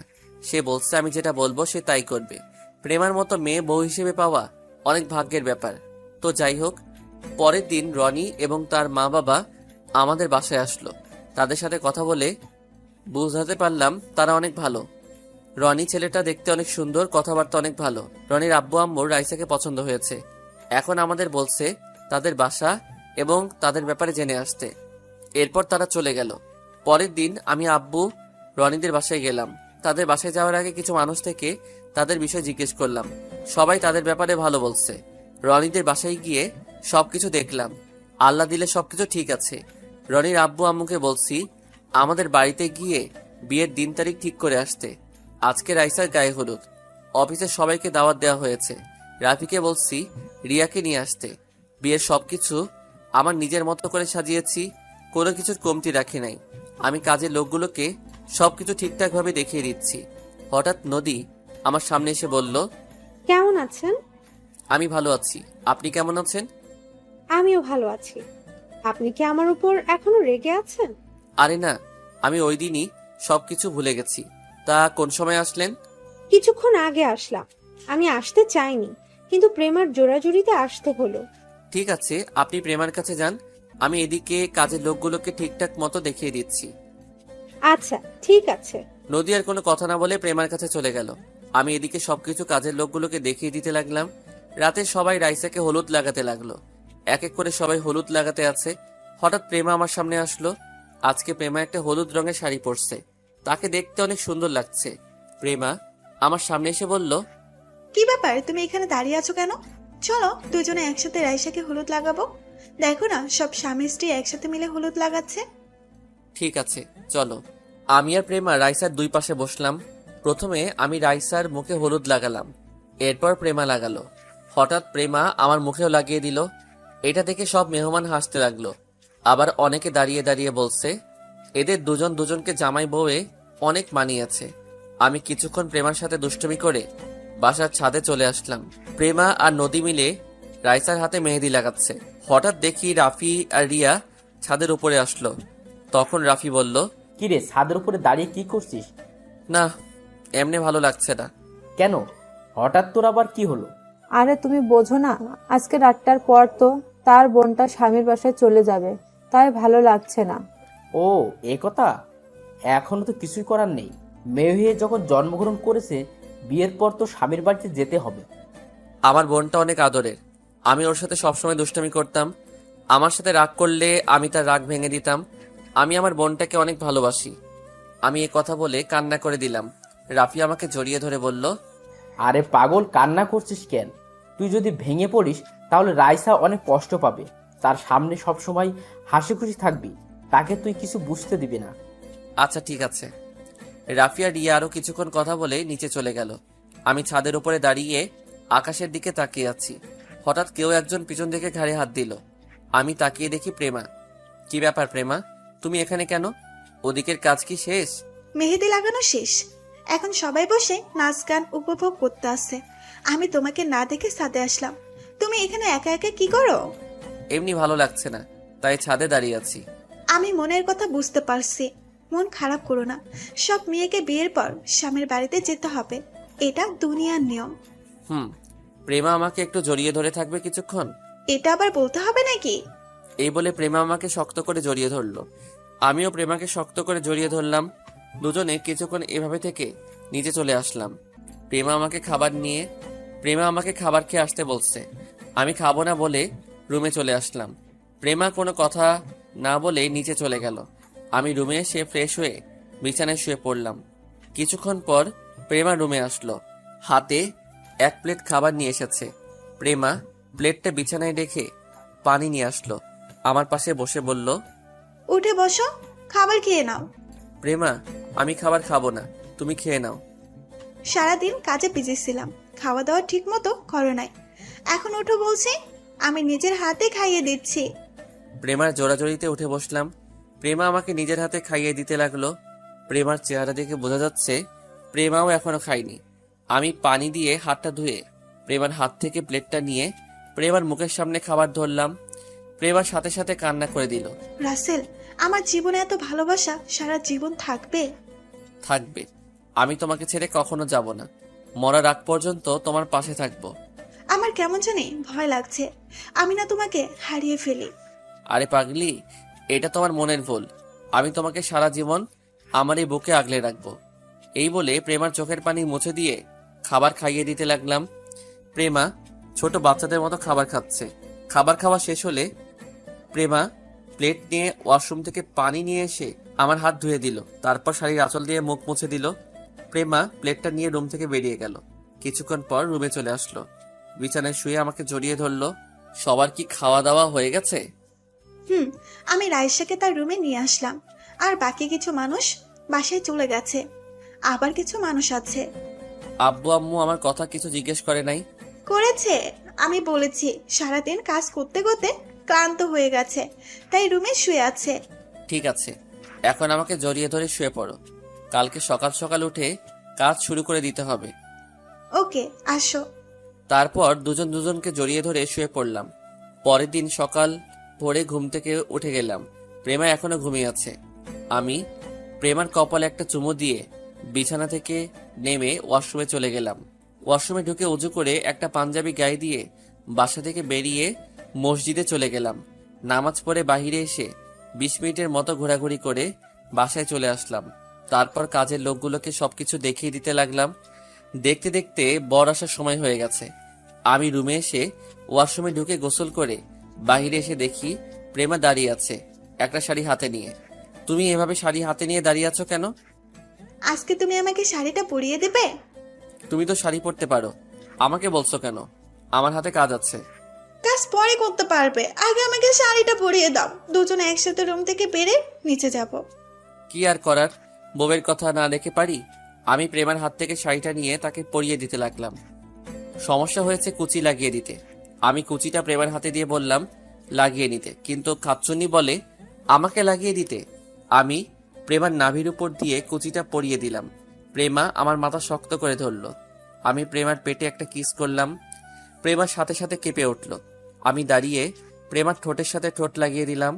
দুজনে দুজনকে জড়িয়ে ধরে কিস করতে লাগলাম। কিছুক্ষণ পর ছেড়ে দিয়ে দুজনে রেডি হয়ে একসাথে রুম থেকে বেরিয়ে আসলাম। হঠাৎ নিচের দিকে তাকিয়ে আমি তো পুরো অবাক হয়ে গেলাম। নিচের দিকে তাকিয়ে দেখি বাসার সব মেহমান আমাদের দিকে তাকিয়ে আছে। দুজনে একসাথে নিচে নামলাম। প্রেমা চলে গেছে রাইসার কাছে। আমি কাজের লোকদের কাছে চলে আসলাম। কিছুক্ষণ পর বর চলে এসেছে। সবাই রনিকে স্টেজে নিয়ে বসালো। রাইসাকে নিয়ে এসে রনির পাশে বসালো। আমার বোনটাকে বধূ সাজে অনেক সুন্দর লাগছে। আর কিছুক্ষণ বোনটা বাসায় থাকবে, তারপর বরের সাথে শ্বশুরবাড়ি চলে যাবে। কাজী এসে বিয়ে পড়ানো শুরু করলো। বিয়ে পড়ানো শেষ, কাজী মোনাজাত ধরলো। মোনাজাত শেষে সবাইকে খাবার পরিবেশন করা হলো। আমি কাজের লোকের সাথে ধরাধরি করে কাজ করছি। হঠাৎ দেখি একটা ছেলে প্রেমার দিকে কেমন ভাবে তাকিয়ে আছে। আমি কাজ রেখে ছেলেটার কাছে গেলাম। তখন তাকে জিজ্ঞেস করলাম, কি ভাই, এমন করে ওই মেয়েটার দিকে তাকিয়ে আছেন কেন? সেটা কি তোকে বলতে হবে? অবশ্যই আমাকে বলতে হবে। তুই কে রে যে আমি তোর কাছে বলবো? আমি এই বাড়ির একজন সদস্য, তাই তোকে বলতে হবে। ও তাই নাকি? তাহলে শোন, ওই মেয়েটাকে দেখছিস? তাকে আমার পছন্দ হয়েছে, তাকে আমি বিয়ে করতে চাই। ওকে দেখে তো মনে হচ্ছে তার বিয়ে হয়ে গেছে। বিয়ে হয়েছে তো কি হয়েছে, আমি ওকে জোর করে বিয়ে করব। ওকে দেখতে ভীষণ সেক্সি লাগছে, তাকে আমার জীবনে চাই। ছেলেটার কথা শুনে আমি সাথে সাথে 2টা থাপ্পড় মেরে দিলাম। বাড়ির সব মেহমান আমাদের ঘিরে ফেলেছে। তখন আমি ওই ছেলেটার কলা ধরে বললাম, তোর সাহস কি করে হয় আমার বউকে খারাপ কথা বলার? তোর ঘরে কি মা বোন নেই? আজকে তোকে আমি মেরেই ফেলবো। বলে ছেলেটাকে ইচ্ছে মতো মারতে লাগলাম। প্রেমা আমাকে জোর করে ছাড়িয়ে নিয়ে আসলো। তখন আমাদের মাঝে রনি চলে আসলো। সে বলল, ভাইয়া এখানে কি হয়েছে, আর আপনি জীবনকে মারলেন কেন? ও আমার মামাতো ভাই হয়। তোমার এই মামাতো ভাই আমার বউকে আমার সাথে খারাপ কথা বলেছে, তাই আমি তাকে মারলাম। জীবন ভাইয়া যেটা বলেছে সেটা কি সত্যি? না রনি ভাইয়া, আমি ওনার বউকে খারাপ কথা বলি নাই। কি তুই এখন মিথ্যা কথা বলছিস? আজকে আমি তোকে মেরে ফেলবো। জীবন, আমি ভাইয়াকে ভালো করে চিনি, উনি অন্যায়ভাবে কাউকে মারবে না। তুই যদি সত্যি কথা না বলিস তাহলে আমার হাত তোর গায়ে উঠবে। আমাকে সবাই ধরে রেখেছে। এবার জীবন মাথা নিচু করে বলল, ভাইয়া আমার ভুল হয়ে গেছে, আমি ওনাকে চিনতে পারি নাই, আমাকে তুমি মাফ করে দাও। সি সি সি সি, আমার ভাবতে অবাক লাগে তুই বিয়ে বাড়িতে এসে এমন কথা বলবি। আমি তোকে অনেক ভালো মনে করেছি, তুই এখনই ভাইয়ার পা ধরে ক্ষমা চাইবি। ভাইয়া তোকে মাফ করলে আমিও মাফ করে দিব। জীবন দাঁড়িয়ে না থেকে আমার পা ধরে বলতে লাগলো, ভাইয়া আমার ভুল হয়ে গেছে, আমাকে আপনি ক্ষমা করে দেন। ঠিক আছে, আমি তোকে ক্ষমা করে দিলাম। আর কখনো এমন কথা কাউকে বলবি না। মেয়েরা হচ্ছে মায়ের জাত, আর আমার বউ তোমার থেকে বড়, তাকে বড় বোনের নজরে দেখবে। ঠিক আছে ভাইয়া, এমন ভুল আর জীবনেও হবে না। ঠিক আছে, আপনারা সবাই যার যার জায়গায় চলে যান। প্রেমা আমাকে টেনে রুমে নিয়ে আসলো। তখন আমাকে বলল, তুমি ছেলেটাকে মারলে কেন? একটু বুঝিয়ে বললে হতো। তোমার নামে খারাপ কথা বলবে, আমি তাকে এমনি এমনি ছেড়ে দিব? হয়েছে, এখন মাথা ঠান্ডা করো। ও ছেলে তার ভুল বুঝতে পেরেছে। ঠিক আছে, এখন তুমি রাইসার কাছে যাও, আমি এদিকটা দেখছি। প্রেমা আর কিছু না বলে রুম থেকে বেরিয়ে গেল। আমি রুম থেকে বেরিয়ে কাজে লেগে পড়লাম। আস্তে আস্তে সবার খাওয়া দাওয়া শেষ হয়ে গেল। এখন রাইসাকে বিদায় দেওয়ার পালা। রাইসা আব্বু আম্মুকে জড়িয়ে ধরে কান্না করতে লাগলো। নিজের চোখ দিয়ে পানি পড়তে লাগলো। বোনটার সাথে অনেক দুষ্টুমি করছি, এখন কার সাথে করব? রাইসা মা বাবাকে ছেড়ে আমাকে জড়িয়ে ধরে কান্না করে দিল। আমি রনির হাতে রাইসাকে তুলে দিয়ে বললাম, রনি, আমার বোনটাকে তোমার হাতে তুলে দিলাম। ওর চোখে কখনো অশ্রু ঝরতে দেই নাই। তুমি আমার বোনটার খেয়াল রেখো, তাকে কখনো কষ্ট দিও না।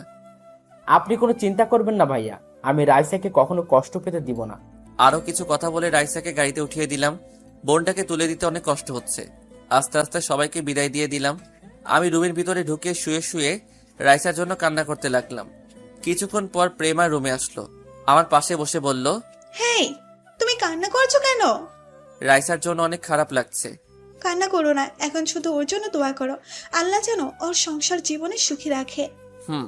প্রেমা আরো কিছুক্ষণ কথা বলে আব্বু আম্মু রুমে চলে গেল। আমি বিছানায় শুয়ে পড়লাম। দেখতে দেখতে একটা মাস চলে গেল। আল্লাহর রহমতে আমার বোনটা অনেক সুখী আছে।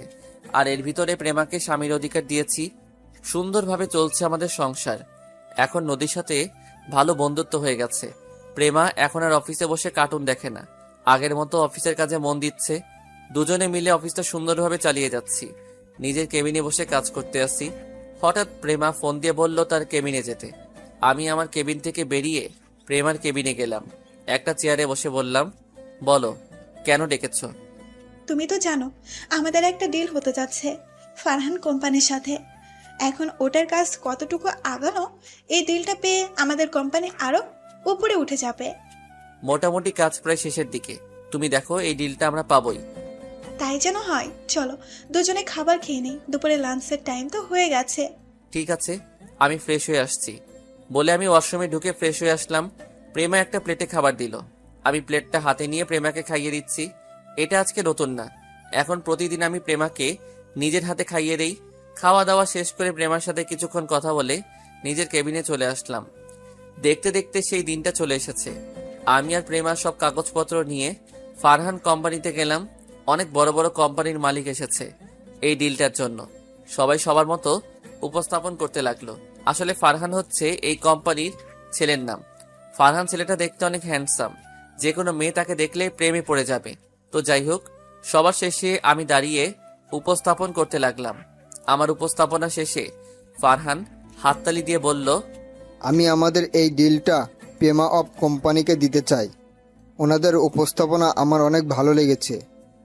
ডিলটা পেয়ে আমি আর প্রেমা অনেক খুশি হয়েছি। ফারহান হলরুম থেকে বেরিয়ে যেতেই আমাদের বলেছে তার কেবিনে যেতে। আমি আর প্রেমা ফারহানের কেবিনে অনুমতি নিয়ে ঢুকলাম। দুজনে দুইটা চেয়ার টেনে বসলাম। আপনার উপস্থাপনা আমার অনেক ভালো লেগেছে। আমি চাই আপনারা নিজের মতো করে কাজটা করবেন। জি অবশ্যই। তারপর ফারহান আমাদের হাতে ডিলটা তুলে দিল। আমরা ফারহানের কেবিন থেকে বেরিয়ে অফিসের বাইরে চলে আসলাম। গাড়ি নিয়ে নিজেদের অফিসে যেতে লাগলাম। তখন প্রেমা বলল, আমাদের কোম্পানিটা এখন বাংলাদেশের টপে উঠে যাবে। ঠিক বলছো, এতদিনের পরিশ্রম বৃথা যায়নি। কথা বলতে বলতে অফিসে চলে আসলাম। দেখতে দেখতে আরো 2টা মাস চলে গেল। আমাদের কোম্পানিটা এখন বাংলাদেশের টপের মধ্যে একটা। এসবই হয়েছে আমার প্রেমার জন্য। আপনাদের আগে একটা কথা বলে রাখি, আমি বাস্তবে অফিসের কাজের সম্পর্কে তেমন জানি না। হয়তো ভুল হতে পারে। আমি পড়ালেখা বেশি করি নাই, সেটা আপনারা ক্ষমার দৃষ্টিতে দেখবেন। ধন্যবাদ সবাইকে। এবার গল্পে ফেরা যাক। আমার আর প্রেমার ভালোবাসা আগের মতো আছে। রাতে শুয়ে শুয়ে মোবাইল টিপতে আসি। কিছুক্ষণ পর প্রেমা রুমে এসে আমাকে জড়িয়ে ধরে বলল, এই, তুমি অনেক দিন হয়েছে আমাকে আদর করো না, আজকে আমাকে অনেক আদর করতে হবে। এতদিন তো কাজের চাপে তোমাকে আদর করতে পারি নাই, আজকে তোমাকে মন ভরে আদর করব। তো করো, আমি তোমার আদর সব সময় পেতে চাই। আমিও আর শুয়ে না থেকে প্রেমার ঠোঁটের সাথে ঠোঁট লাগিয়ে দিলাম। দুজন দুজনকে জড়িয়ে ধরে কিস করতে লাগলাম। তারপর আমি আস্তে আস্তে হারিয়ে গেলাম অজানা ঠিকানায়। একদিন অফিসে বসে কাজ করতে আসি। আজকে প্রেমা অফিসে আসে নাই, কারণ আজকে প্রেমা তাদের বাসায় গেছে। তার আব্বু নাকি হঠাৎ অসুস্থ হয়ে পড়ছে। আমি বলেছিলাম যাওয়ার জন্য, পরে প্রেমা বলল বেশি অসুস্থ না, ওষুধ খেলে ঠিক হয়ে যাবে। প্রেমা বিকালের মধ্যে বাসায় ফিরে আসবে। আমি আর কিছু বললাম না। হঠাৎ কেউ একজন দরজার সামনে দাঁড়িয়ে বলল, ভিতরে আসতে পারি স্যার? আমি দরজার দিকে তাকিয়ে দেখি নদী। তখন আমি বললাম, আরে আসো। তা হঠাৎ আজকে অফিসে আসলে যে? অফিসের সামনে দিয়ে যাচ্ছিলাম, তখন ভাবলাম প্রেমা আর আপনার সাথে দেখা করে যাই, কিন্তু প্রেমাকে তো দেখছি না। ওর আব্বু হঠাৎ অসুস্থ হয়ে পড়ে, তাই প্রেমা তার বাবাকে দেখতে গেছে। এই জন্য আজকে অফিসে আসে নাই। ও আচ্ছা, আপনার হাতে কি তেমন কাজ আছে? না, তেমন কোনো কাজ নেই। কেন বলো তো? তাহলে চলুন দুজনে আজকে বাহির থেকে কফি খেয়ে আসি। সেটা মন্দ না। ঠিক আছে, চলো। আমি আর নদী অফিস থেকে বেরিয়ে আমার গাড়ি করে একটা কফি শপে চলে গেলাম। গাড়ি পার্কিং করে আমি আর নদী কফি শপে ঢুকলাম। দুজনে একটা টেবিলে গিয়ে বসলাম। ওয়েটারকে বললাম 2টা কফি দিতে। কিছুক্ষণ পর ওয়েটার কফি দিয়ে গেল। আমি আর নদী কফি খাচ্ছি। হঠাৎ একটা টেবিলে চোখ পড়তেই আমি পুরো অবাক হয়ে গেলাম। আমি কাকে দেখছি? নিজের চোখকে বিশ্বাস করতে পারছি না। আর কেউ না, প্রেমা। দেখি ফারহান কোম্পানির ফারহানের সাথে বসে কফি খাচ্ছে আর দুজনে হেসে হেসে কথা বলছে। নদী এখনো দেখে নাই। আমি আর নদী কফি খেয়ে বাহিরে চলে আসলাম। নদীকে বিদায় দিয়ে অফিসে চলে আসলাম। নিজের কেবিনে মনমরা হয়ে বসে আছি। হঠাৎ রাফি আমার কেবিনে আসলো। একটা চেয়ারে বসে বসে বলল, কিরে, তোকে কেমন মন মরা লাগছে? কি হয়েছে তোর? আজকে নিজের চোখে যেটা দেখলাম সেটা আমি কখনো প্রেমার কাছে থেকে আশা করি নাই। কি হয়েছে আমাকে একটু বলতো। আজকে প্রেমার বান্ধবী নদীকে নিয়ে একটা কফি শপে কফি খাচ্ছিলাম।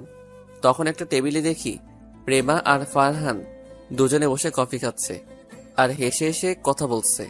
তুই কোন ফারহানের কথা বলছিস? আরে, আগে আমাদের যে ডিলটা দিয়েছে ফারহান কোম্পানির মালিক, ফারহানকে দেখলাম। তার মানে কি প্রেমা আর ফারহানের ভিতরে কিছু চলছে? ফারহান ছেলেটা দেখতে অনেক সুন্দর। প্রেমা কি তার সুন্দর চেহারার প্রেমে পড়ে গেছে? আমার মনে হয় তোর কথা ভুল হচ্ছে। আর প্রেমাকে দেখে মনে হয় না অন্য ছেলের সাথে প্রেম করবে। তুই একটাবার প্রেমার সাথে কথা বলে দেখ। তুই ঠিকই বলছিস। আমি ওর সাথে এ ব্যাপারে কথা বলবো। ঠিক আছে, মন খারাপ করিস না, এখন কাজ কর। আমি নিজের কাজ করি গিয়ে। ঠিক আছে, যা। রাফি আর কোনো কথা না বলে চলে গেল। আমি মোবাইলটা হাতে নিয়ে প্রেমাকে ফোন দিলাম। বলো। তুমি এখন কোথায় আছো? আমি তো বাসায় যাচ্ছি। কেন বলো তো? তোমার আব্বুর কাছে অনেকক্ষণ আগে ফোন দিয়েছি। আব্বু বলছে তুমি নাকি বাসায় চলে গেছো। তাহলে এত দেরি কেন?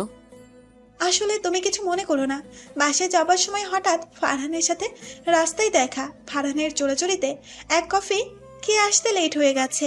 আমাকে তো ফোন করে বলতে পারতে। আমি তো মনে করছি বেশি সময় লাগবে না, কিন্তু কথা বলতে বলতে অনেক দেরি হয়ে গেছে। আর কথা না বলতে থাকলে পারছি না। ওর কারণে আমাদের কোম্পানিটা অত উপরে উঠছে। আচ্ছা ঠিক আছে, এখন বাসায় যাও বলে ফোনটা কেটে দিলাম। আমি মনে মনে বললাম, প্রেমা তো ঠিক কথাই বলেছে। ফারহানের কারণে আমাদের কোম্পানিটা এত উপরে উঠেছে। আমি আর কিছু না ভেবে কাজে মন দিলাম। বিকেলে অফিস থেকে বাসায় গিয়ে কলিং বেল চাপ দিলাম। প্রেমা এসে দরজা খুলে দিল।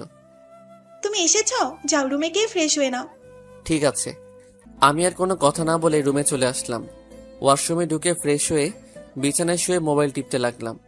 কিছুক্ষণ পর প্রেমা রুমে আসলো, হাতে 2টা কফি নিয়ে। আমার পাশে বসে একটা কফি আমাকে দিল। আমি মোবাইল টিপতে আসছি আর কফি খাচ্ছি। তখন প্রেমা বলল, তুমি আমার উপরে রাগ করে আছো? না, আমি কারো উপর রাগ করে নেই। তাহলে তুমি আমার সাথে কথা বলছো না কেন? আমি তো ফারহানের সাথে কথা বলতে চাইনি। আমি এখন ও ব্যাপারে তোমার সাথে কথা বলছি। আমার এমনি ভালো লাগছে না। তোমার কি শরীর খারাপ? আমার কোলে মাথা দাও, আমি তোমার মাথায় হাত বুলিয়ে দিচ্ছি।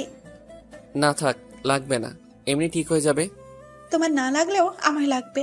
বলে আমার মাথাটা প্রেমার কোলে নিয়ে গেল। আমার মাথায় প্রেমা হাত বুলিয়ে দিচ্ছে। আমার কাছে অনেক ভালো লাগছে। পরের দিন সকালে সবাই মিলে নাস্তা করছি। হঠাৎ প্রেমা মাথা ঘুরে পড়ে গেল। আমি প্রেমাকে কোলে নিয়ে দ্রুত গাড়িতে শুয়ে দিয়ে হাসপাতালে নিয়ে আসলাম।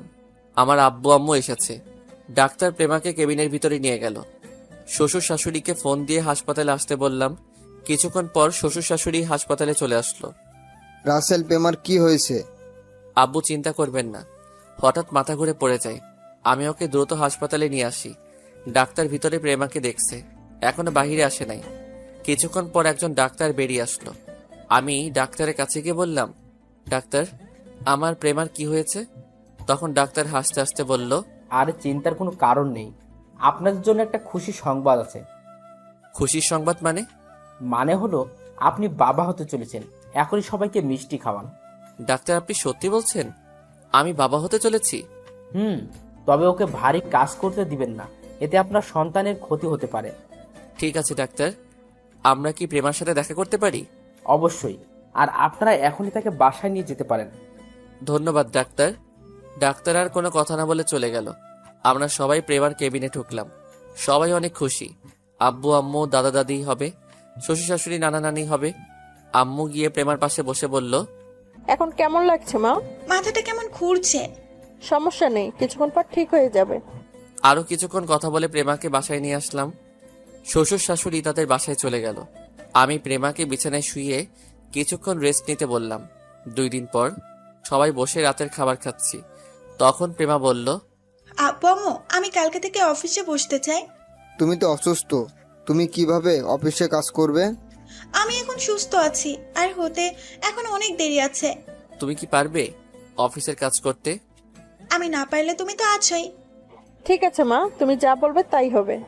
আমিও আর কিছু বললাম না। খাবার খেয়ে নিজের রুমে চলে আসলাম। রুমে এসে বিছানায় শুয়ে মোবাইল টিপতে লাগলাম। কিছুক্ষণ পর প্রেমা রুমে আসলো। আমাকে পিছন থেকে জড়িয়ে ধরলো। আচ্ছা প্রেমা, তুই বাচ্চা না হওয়া পর্যন্ত বাসায় থাকলে কি হয়? আমি বাসা থেকে কি করব? আমার বাসায় ভালো লাগে না, আর এখনো তো অনেক দেরি আছে বাচ্চা হতে। ঠিক আছে, এখন শুয়ে পড়ো। তারপর প্রেমা আমাকে জড়িয়ে ধরে শুয়ে পড়লো। এভাবে দেখতে দেখতে 1 মাস চলে গেল। ফারহানের সাথে আমাদের বন্ধুত্ব হয়ে গেছে। কয়দিন পর পর আমাদের অফিসে আসে। আজকে ফারহান প্রেমাকে অফিসের কি কাজের জন্য রেস্টুরেন্টে ডাকছে। আমাকেও বলছে যাওয়ার জন্য, তবে অফিসের কাজের চাপের জন্য আমি যেতে চাইনি। প্রেমা একা গেছে গাড়ি নিয়ে। আমি অফিসে বসে কাজ করতে লাগলাম। এবার একটু ওদিক থেকে ঘুরে আসি। প্রেমা আর ফারহানের মধ্যে কি কথা হচ্ছে। বলো, কি কাজের জন্য ডেকেছো? ফারহান এইবার একটা গোলাপ নিয়ে প্রেমার সামনে হাঁটু গেড়ে বসে বলতে লাগলো, রেস্টুরেন্টে তারা 2 জন এবং রেস্টুরেন্টের লোক ছাড়া কেউ নেই।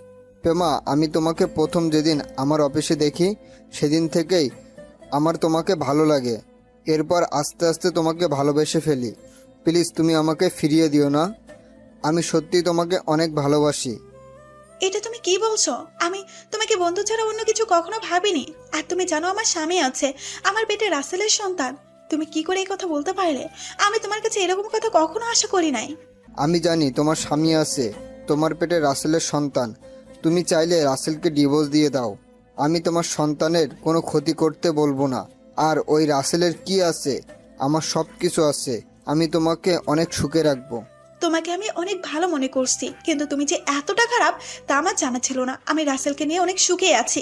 আজকে থেকে তুমি আর আমাদের সাথে যোগাযোগ করবে না। আমি চাই না তোমার কারণে আমাদের সংসারে অশান্তির সৃষ্টি হোক। তুমি কি জানো তুমি অফিসে না থাকলে তোমার স্বামী অফিসে কি করে? তোমার স্বামী তোমার বান্ধবীদের সাথে প্রেম করে। এটা আমি কখনো বিশ্বাস করি না। রাসেলকে আমি ভালো করে চিনি, সে এরকম কাজ কখনো করবে না। আমি জানতাম তোমার বিশ্বাস হবে না। ঠিক আছে, আমার সাথে তোমার অফিসে চলো, তারপর দেখবে তোমার স্বামী অফিসে বসে কি করে। আমার স্বামীর উপর অনেক বিশ্বাস আছে। ঠিক আছে, তুমি যখন বলছো তাহলে চলো। তারপর প্রেমা আর ফারহান অফিসে আসতে লাগলো। আর এদিকে আমি অফিসে বসে কাজ করতে আসি। হঠাৎ নদী আমার কেবিনের সামনে এসে বলল, ভিতরে কি আসতে পারি? আরে নদী, তুমি আসো, বসো। নদী ভিতরে ঢুকে একটা চেয়ারে বসলো। কি ব্যাপার, আজকে প্রেমাকে দেখছি যে? প্রেমা কোথায়? প্রেমা অফিসের কাজের জন্য ফারহান কোম্পানির সাথে দেখা করতে গেছে। ও, তা বলো কি খাবে, চা না কফি? কফি হলে চলবে। আমি পিয়নকে ফোন দিয়ে বললাম 2টা কফি নিয়ে আসতে। কিছুক্ষণ পর পিয়ন কফি নিয়ে আসলো। দুজনে বসে কফি খেতে লাগলাম। রাসেল, তোমার সাথে আমার কিছু কথা আছে। কি কথা বলো? আসলে তোমাকে যেদিন না বুঝে থাপ্পড় মারি, সেদিন থেকে আমার কেমন জানি লাগছে। তোমার সাথে কথা বলতে আমি তোমাকে ভালোবেসে ফেলেছি। এটা তুমি কি বলছো নদী? আমার বিয়ে হয়ে গেছে, আর প্রেমা যদি এটা জানতে পারে তাহলে তোমাকে অফিসে আর আসতে দিবে না এবং তোমার সাথে বন্ধুত্ব নষ্ট করে দিবে। তোমাকে সত্যি আমি অনেক ভালোবেসে ফেলেছি। প্লিজ তুমি আমাকে ফিরিয়ে দিও না। তুমি প্রেমার বান্ধবী দেখে কিছু করলাম না, তা না হলে এখনই ঘাট ধাক্কা দিয়ে অফিস থেকে বের করে দিতাম। ঠিক আছে, তুমি যখন আমাকে ভালোবাসতে পারবে না, তাহলে আমাকে একটা বার জড়িয়ে ধরবে। প্লিজ তুমি না করো না। আমি আর কখনো তোমার কাছে ভালোবাসার কথা বলবো না। আমি ভাবলাম জড়িয়ে ধরতে তো বলছে, এর থেকে তো বেশি কিছু বলে নাই। ঠিক আছে, শুধু বন্ধু বলে জড়িয়ে ধরতে বললাম। নদী চেয়ার থেকে উঠে আসলো, আমিও দাঁড়িয়ে গেলাম। আপনাদের একটা কথা বলে রাখি, নদীর কথাগুলো আমার কেমন খটকা লাগলো। তাই আমার মোবাইলের অডিও চালু করে রাখলাম। এতক্ষণ নদী আমার সাথে কি কথা বলছে সব মোবাইলে সেভ করে রাখলাম। নদী আমাকে জড়িয়ে ধরলো।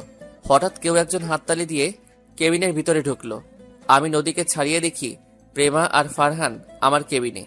প্রেমা, তুমি কখন আসলে? কেন? আমি আসাতে বুঝি তোদের সমস্যা হয়ে গেছে? প্রেমা, তুমি আমার কথাটা আগে শুনো। কি শুনবো তোর কাছে? আমি তোকে অনেক বিশ্বাস করেছি, কিন্তু তুই শেষ পর্যন্ত আমাকে ধোকা দিলি কেন রে? আমি কি তোকে কম ভালোবাসা দিয়েছি তার জন্য তুই নদীর সাথে কেবিনে বসে রোমান্স করবি? প্রেমা, তুমি আমাকে ভুল ভাবছো। আমাদের মধ্যে কিছুই নেই। আগে আমার কথাটা শোনো। আমি তোর কোনো কথা শুনতে চাই না। তুই একটা ধোঁকাবাজ। তোকে ভালোবেসে বিয়ে করে আমি জীবনের বড় ভুল করেছি। আমি ধোঁকাবাজ না, আমি তোমাকে অনেক ভালোবাসি। এর ফাঁকে ফারহান আর নদী কেবিন থেকে বেরিয়ে চলে গেল। তাহলে এই ছিল তোর ভালোবাসা? লাস্ট পর্যন্ত আমার বান্ধবীর সাথে এরকম করলি? তুই আজকে বাসায় আয়। আমি তোর মতো বেইমানের সাথে আর সংসার করব না। এই বলে প্রেমা কেবিন থেকে বেরিয়ে গেল। আমাকে সত্যটা বলার সুযোগ দিল না। আমি দাঁড়িয়ে না থেকে প্রেমার পিছনে কেবিন থেকে বেরিয়ে আসলাম। অফিস থেকে বেরিয়ে দেখি প্রেমার গাড়ি চলে গেছে। আমি ম্যানেজারের গাড়ি নিয়ে প্রেমার পিছনে যেতে লাগলাম। যেতে যেতে দেখি প্রেমা তাদের বাসায় আসলো। প্রেমা বাড়ির ভিতরে ঢুকে গেল। আমি তার পিছনে বাসার ভিতরে ঢুকলাম। আমার আগে প্রেমা ভিতরে ঢুকে গেল। আমি গাড়ি পার্কিং করে দরজার সামনে দাঁড়িয়ে কলিং বেল চাপ দিলাম। কিছুক্ষণ পর শ্বশুরবাড়ির কাজের লোক দরজা খুলে দিল। আমি ভিতরে ঢুকে দেখি শ্বশুর শাশুড়ি সোফায় বসে কফি খাচ্ছে আর গল্প করছে। আমাকে দেখে শ্বশুর বলল, আরে রাসেল, প্রেমার কি হয়েছে? দেখলাম কান্না করতে করতে রুমে চলে গেল। তোমার সাথে কিছু হয়েছে? আসলে আব্বু, আমাদের মাঝে একটু ভুল বোঝাবুঝি হয়েছে। প্রেমা সত্যটা না জেনে আমাকে ভুল বুঝছে। কি এমন হয়েছে তোমাদের মধ্যে যে প্রেমা তোমাকে ভুল বুঝলো? আমি শ্বশুর শাশুড়িকে অডিওটা শোনালাম। তখন শ্বশুর বলল, আমার মনে হয় নদী তোমাদের সংসার ভাঙতে চেয়েছে। নদী আমাদের সংসার কেন ভাঙবে? আচ্ছা, নদীর সাথে তোমাদের কিছু হয়েছে? একদিন নদীর সাথে আমি অফিসে ধাক্কা খাই। সেদিন নদী আমাকে না চিনে গায়ে হাত তোলে। তখন প্রেমা এটা শুনে নদীকে 2টা থাপ্পড় মারে। তাহলে এটা নদীর সাজানো নাটক। তার থাপ্পড়ের প্রতিশোধ নিতে এমনটা করেছে। আমার মনে হয় তাই হবে। আগে প্রেমার ভুলটা ভেঙে দেই, তা না হলে অন্য কিছু করে বসবে। ঠিক আছে, যাও। আমি আর কোনো কথা না বলে ওপরে প্রেমার রুমের সামনে এসে বললাম, প্রেমা দরজা খোলো, তুমি একটাবার আমার কথাগুলো শোনো। প্রেমা রুমের ভিতর থেকে বলল, তুই এখানে কেন এসেছিস? তুই আমাদের বাসা থেকে বেরিয়ে যা। আমি তোর সাথে কথা বলতে চাই না। আমি তোমার সাথে 2টা মিনিট কথা বলবো, তারপর তুমি আমাকে যেটা খুশি করো। আমি তোমাকে বাধা দিব না। একটাবার তুমি দরজাটা খোলো। প্রেমা কি বুঝে দরজা খুলে দিল। আমি ভিতরে ঢুকে দেখি প্রেমা বিছানায় বসে কান্না করছে। আমাকে বলল, কেন এসেছিস সেখানে? তুই তো নদীর কাছে যা। আমাকে ফারহান বলেছে তুই নাকি খারাপ, কিন্তু আমার তোর প্রতি বিশ্বাস ছিল তুই এমন কাজ করবি না। কিন্তু অফিসে এসে নিজের চোখে যেটা দেখলাম, তারপর আমার সবকিছু এলোমেলো হয়ে যায়। আমার সাথে নদীর কোনো সম্পর্ক নেই। তুমি জানো নদী আজকে অফিসে এসে আমাকে কি বলেছে? কি বলেছে নদী? তাহলে শোনো। আমি মোবাইল থেকে অডিও চালু করে দিলাম। প্রেমা অডিওটা শুনে এমন কিছু করবে, আমি তো পুরো অবাক হয়ে গেলাম। প্রেমা আমার পা ধরে বলতে লাগলো, রাসেল, আমার ভুল হয়ে গেছে, তুমি আমাকে ক্ষমা করে দাও। আমি বুঝতে পারি নাই নদী যে তোমাকে এমন কিছু বলবে।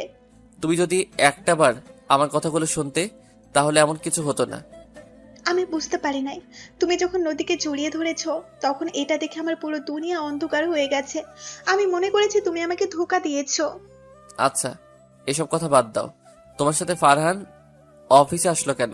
আজকে ফারহান আমাকে অফিসের কাজের জন্য ডাকে নাই। ফারহান আমাকে প্রপোজ করেছে, সে নাকি আমাকে ভালোবাসে। আমি প্রেমার কথা শুনে মাথা পুরো গরম হয়ে গেল। ফারহানকে অনেক ভালো মনে করেছি, আর সে আমার স্ত্রীকে ভালোবাসার কথা বলে। তখন আমি বললাম, তখন তুমি ওকে কি বলেছো? আমি তাকে মানা করছি আর বলেছি আমার সামনে আর কখনো না আসতে। ও বলছে তোমাকে ডিভোর্স দিয়ে দিতে, আমার পেটের সন্তান সে লালন পালন করবে। আমি ভাবতে পারিনি ফারহান তোমাকে এই কথা বলবে। আর ফারহান সহ অফিসে আসলে কেন? আমি ফারহানকে না করে দেওয়ার পর সে বলে তুমি নাকি নদীকে ভালোবাসো। আমি অফিসে না থাকলে নদীকে অফিসে থেকে তুমি তার সাথে রোমান্স করো। তখন তুমি তার কথা বিশ্বাস করলে? আমি ওকে বলেছি তুমি এমন কাজ কখনো করতে পারো না। তখন সে আমাকে বলল তার সাথে অফিসে আসতে। আর তখন অফিসে আসার পর কি হলো তুমি তো সব জানো। আমার একটা জিনিস মাথায় আসছে না। যখন তুমি আমাকে ভুল বুঝে নানান কথা বলছো, তখন নদী আর ফারহান কোনো কথা না বলে অফিস থেকে বেরিয়ে গেল কেন? তারা ওই সময় কিছু বলে নাই কেন? আমার মনে হয় নদী আর ফারহান এর মধ্যে কিছু একটা আছে। তা না হলে ওরা কিছু না বলে চলে গেল কেন? নদী আর ফারহান আমাদের সংসার ভাঙার জন্য মনে হয় এমন করছে। নদী মনে হয় আমাদের উপর প্রতিশোধ নিতে ফারহানের সাথে হাত মিলিয়েছে। আমারও তাই মনে হয়। এখন কি ওদের ধরা যায়? আমি আর তুমি যে মিলে গেছি এটা ওদের বুঝতে দেওয়া যাবে না। তুমি ফারহান আর নদীর সাথে আগের মতো কথা বলবে। তাদের কাছ থেকে সত্যি কথা বের করতে হবে। ঠিক আছে, তুমি যেভাবে বলবে আমি সেইভাবে কাজ করব। ওকে, এখন বাসায় চলো। আব্বু আম্মু আমাদের জন্য চিন্তা করবে। হঠাৎ শাশুড়ি আম্মার রুমে এসে বলল, আজকে আর বাসায় যাওয়া হচ্ছে না, কালকে যাবে। আজকে এখানে থেকে যাও। না আম্মু, শ্বশুর শাশুড়ি বাসায় একা, আমি থাকতে পারবো না। একদিনের জন্য কিছু হবে না, তাদের ফোন করে বলে দাও। ঠিক আছে আম্মু। ওনাদের সাথে কথা বলে দুজনে ফ্রেশ হয়ে আসো, আমি টেবিলে খাবার দিচ্ছি। বলে শাশুড়ি আমার রুম থেকে বেরিয়ে গেল। আমি আর প্রেমা ফ্রেশ হয়ে সবার সাথে খাবার খেয়ে রুমে চলে আসলাম। প্রেমা বাসায় আব্বু আম্মুকে ফোন দিয়ে বলে দিছে আজকে আমরা আসবো না। রাতে প্রেমা আমাকে জড়িয়ে ধরে শুয়ে পড়ল। আপনারা কি ভাবছেন আমি এত সহজে প্রেমাকে ক্ষমা করে দিব? ভুল ভাবছেন। আমি তাকে কিছুদিন কষ্ট দিব। আমার কথা বিশ্বাস না করে আমাকে ধোঁকাবাজ বলেছে। আমি নাকি তার বিশ্বাস রাখতে পারি নাই? আমি একটা বেঈমান। তাকে বুঝিয়ে দিব নিজের আপন মানুষটি এমন কথা বললে কেমন লাগে। আমার কথা পর্যন্ত শুনে নাই, না শুনে আমাকে নানান কথা বলল। পরের দিন সকালে সবার সাথে নাস্তা করে আমি গাড়ি নিয়ে অফিসে চলে আসলাম। প্রেমা পরে আসবে। সবাই আমাকে দেখে অবাক। তারা হয়তো মনে করছে আমাকে অফিস থেকে বের করে দিবে। আসলে গতকাল প্রেমার কথা শুনে অফিসের সবাই দরজার সামনে দাঁড়িয়ে সবকিছু শুনছে। আমি নিজের কেবিনে বসে নদীকে ফোন দিলাম। কি ব্যাপার, তুমি আমাকে ফোন দিলে যে? আমাকে আর তোমাকে তো গতকাল প্রেমা ভুল বুঝছে। সে বলেছে আমাকে ডিভোর্স দিয়ে দিবে। এখন আমি কি করব বলো? তাহলে তুমি আমাকে বিয়ে করে নাও, আমি প্রেমের থেকে তোমাকে অনেক বেশি ভালোবাসা দিব। কিন্তু তোমার আব্বু আম্মু কি আমাকে মেনে নিবে? আমার যদি আগে একটা বিয়ের কথা শুনে। সেটা নিয়ে তোমাকে চিন্তা করতে হবে না, আমি সবকিছু মানিয়ে নিব। ঠিক আছে, তুই সন্ধ্যায় আমার সাথে একটু কফি শপে দেখা করতে পারবে? ওকে, পারবো। তুমি অফিস থেকে বেরিয়ে এসে আমাকে ফোন দিও। ঠিক আছে, বাই। এই বলে ফোন কেটে দিলাম। তারপর নিজের কাজগুলো করতে লাগলাম। আর ওদিকে প্রেমা বাসা থেকে ফারহানকে কল দিল। তখন ফারহান ফোন রিসিভ করে বলল, আমি জানতাম তুমি আমাকে ফোন দিবে। তা বলো, কেন ফোন দিয়েছো? তুমি কি সত্যি আমাকে বিয়ে করবে, নাকি রাসেলের মতো আমাকে ধোকা দিবে? তুমি আমার উপর বিশ্বাস রাখতে পারো, আমি কখনোই তোমাকে ধোকা দিব না। ঠিক আছে, আমি রাসেলকে ডিভোর্স দিয়ে তোমাকে বিয়ে করব, তবে এখন নয়, আমার সন্তান হওয়ার পর। ফারহান মনে মনে বলতে লাগলো, আমি তোকে কিছুদিন ভোগ করব, তারপর এমনি তোকে ছেড়ে দিব। আমি তো নদীকে ভালোবাসি। তোদের সংসার ভাঙার জন্য এত কিছু করছি। তোর সাহস কি করে হলো আমার ভালোবাসা নদীর গায়ে হাত তোলার? তখন ফারহান বলল, ঠিক আছে, তুমি যা বলবে তাই হবে। আর প্রেমা মনে মনে বলতে লাগলো, তুই ভাবলি কেমন করে আমি রাসেলকে ডিভোর্স দিব? তোর কাছ থেকে সব সত্যি বাহির করে ছাড়বো। ওকে, ঠিক আছে, এখন অফিসে গিয়েই ওই রাসেলকে অফিস থেকে বের করে দিব। আমি তো তোমাকে আগেই বলেছি রাসেল ছেলেটা ভালো না। তুমি আমার কথা বিশ্বাস করলে না। আজকে ওকে সবার সামনে অপমান করে অফিস থেকে বের করে দিবে। ঠিক আছে, বাই। এই বলে প্রেমা ফোন কেটে দিল। মনে মনে বলল, কুত্তার বাচ্চা, তোর সাহস কি করে হয় আমার স্বামীকে অপমান করে বের করে দিতে বললি? রাসেল আমার জান। এসব কিছু ভাবতে ভাবতে গাড়ি নিয়ে অফিসে চলে আসলো। আর আমি অফিসে কাজ করতে লাগলাম। প্রেমা আমার কেবিনে সোজা আসলো, একটা চেয়ারে বসে বলল, আমি ফারহানের সাথে কথা বলেছি। তো কি কথা বলেছো? তারপর আমাকে সব খুলে বলল। ওকে, এখন অফিসের সবার সামনে দিয়ে আমাকে অফিস থেকে বের করে দাও। আমি কিছুদিন অন্য জায়গায় থাকবো। কিন্তু তোমাকে ছাড়া আমি থাকবো কেমন করে? আরে আমাদের তো ফোনে কথা হবে। আর এই ফারহানা নদীকে উচিত শিক্ষা না দিলে আমার মন কখনো শান্ত হবে না। আমি ওদের তিলে তিলে কষ্ট দিব। আমাদের সুখী সংসার ভাঙতে আসে। ঠিক আছে, এখন তুমি তৈরি হয়ে নাও। আমি প্রেমার কথা মতো নিজেকে ঠিক করে নিলাম। তারপর প্রেমা আমাকে কেবিন থেকে বের করে সবার সামনে বলল, তোকে অফিসে আসতে কে বলেছে? তোর মতো ছেলেকে আমি বিয়ে করে অনেক বড় ভুল করেছি। তুই এক্ষুনি অফিস থেকে বেরিয়ে যা, আমি সময় মতো তোর ডিভোর্স পেপার পাঠিয়ে দেব। প্রেমা, আমার ভুল হয়ে গেছে। আমাকে তুমি মাফ করে দাও। আর জীবনে এমন কাজ কখনো করব না। আমাকে আর একটাবার সুযোগ দাও। তোর মতো ছেলেকে বিশ্বাস করে আমার জীবনের বড় ভুল করেছি আমি। আমি তোকে আর বিশ্বাস করি না। তুই এক্ষুনি বের হয়ে যা অফিস থেকে। ঠিক আছে, আমি চলে যাচ্ছি। তুমি ভালো থেকো। আমার থেকে ভালো ছেলে পেলে বিয়ে করে নিও। এই কথা বলে আমি অফিস থেকে বেরিয়ে গেলাম। আপনাদের মাথায় এখন কিছুই ঢুকবে না। গল্পের সাথে থাকুন, সব দেখতে পাবেন আমাদের প্ল্যান কি করছি। আমরা তাদের শাস্তি তো দিবই, আমরা আরো জিনিস তাদের সাথে করব। আমি অফিস থেকে বেরিয়ে একটা রিক্সা নিয়ে বাসায় চলে আসলাম। কলিং বেল চাপ দেওয়ার পর আম্মু এসে দরজা খুলে দিল। আমাকে দেখে বলল, কিরে রাসেল, তুই আজকে এত তাড়াতাড়ি অফিস থেকে চলে আসলি যে? প্রেমা কোথায়? আম্মু, আমি তোমাকে পরে সবকিছু খুলে বলবো। আমি আগে একটু রুমে গিয়ে ফ্রেশ হয়ে নেই। আমি আর কোনো কথা না বলে রুমে এসে ফ্রেশ হয়ে বিছানায় শুয়ে মোবাইল হাতে নিয়ে প্রেমাকে ফোন দিলাম। বলো। অফিসের লোকজন কিছু বলেছে? বলেছে। তারা বলল তোমার মতো ছেলেকে অফিস থেকে বের করে দিয়ে অনেক ভালো করছি। এদের মতো ছেলেকে পুলিশে দেওয়া উচিত। তখন তুমি কি বলেছো? আমি ওদের বলেছি যার যার জায়গায় গিয়ে কাজ করতে। আমারটা আমি দেখে নেব। তুমি জানো, ওদের কথা শুনে আমার অনেক খারাপ লাগছে। আমি কেবিনে এসে কান্না করে দিলাম। আরে এত কান্না করো কেন? পরে সবাইকে বুঝিয়ে বলে ঠিক হয়ে যাবে। আমাদের যত তাড়াতাড়ি সম্ভব কাজটা শেষ করতে হবে। আর আমাদের সন্তান তোমার পেটে। 2-3 মাস পর থেকে তো আর তুমি অফিসে আসতে পারবে না। ঠিক বলেছ। আচ্ছা, এখন রাখি। ফারহান ফোন দিয়েছে। ওকে, ঠিক আছে। আর আমি যেভাবে বলছি সেভাবে কথা বলে যাবে। আমি সন্ধ্যায় নদীর সাথে দেখা করব। ওকে, ঠিক আছে। আল্লাহ হাফেজ। আল্লাহ হাফেজ বলে ফোনটা কেটে দিলাম। দুপুরে আব্বু আম্মুর সাথে বসে খাবার খেতে লাগলাম। তখন আব্বু বলল, কিরে তুই বাসায়? প্রেমা কোথায়? আসলে আব্বু, প্রেমা 1 মাসের মতো বাসায় আসবে না। কেন, কি হয়েছে ওর?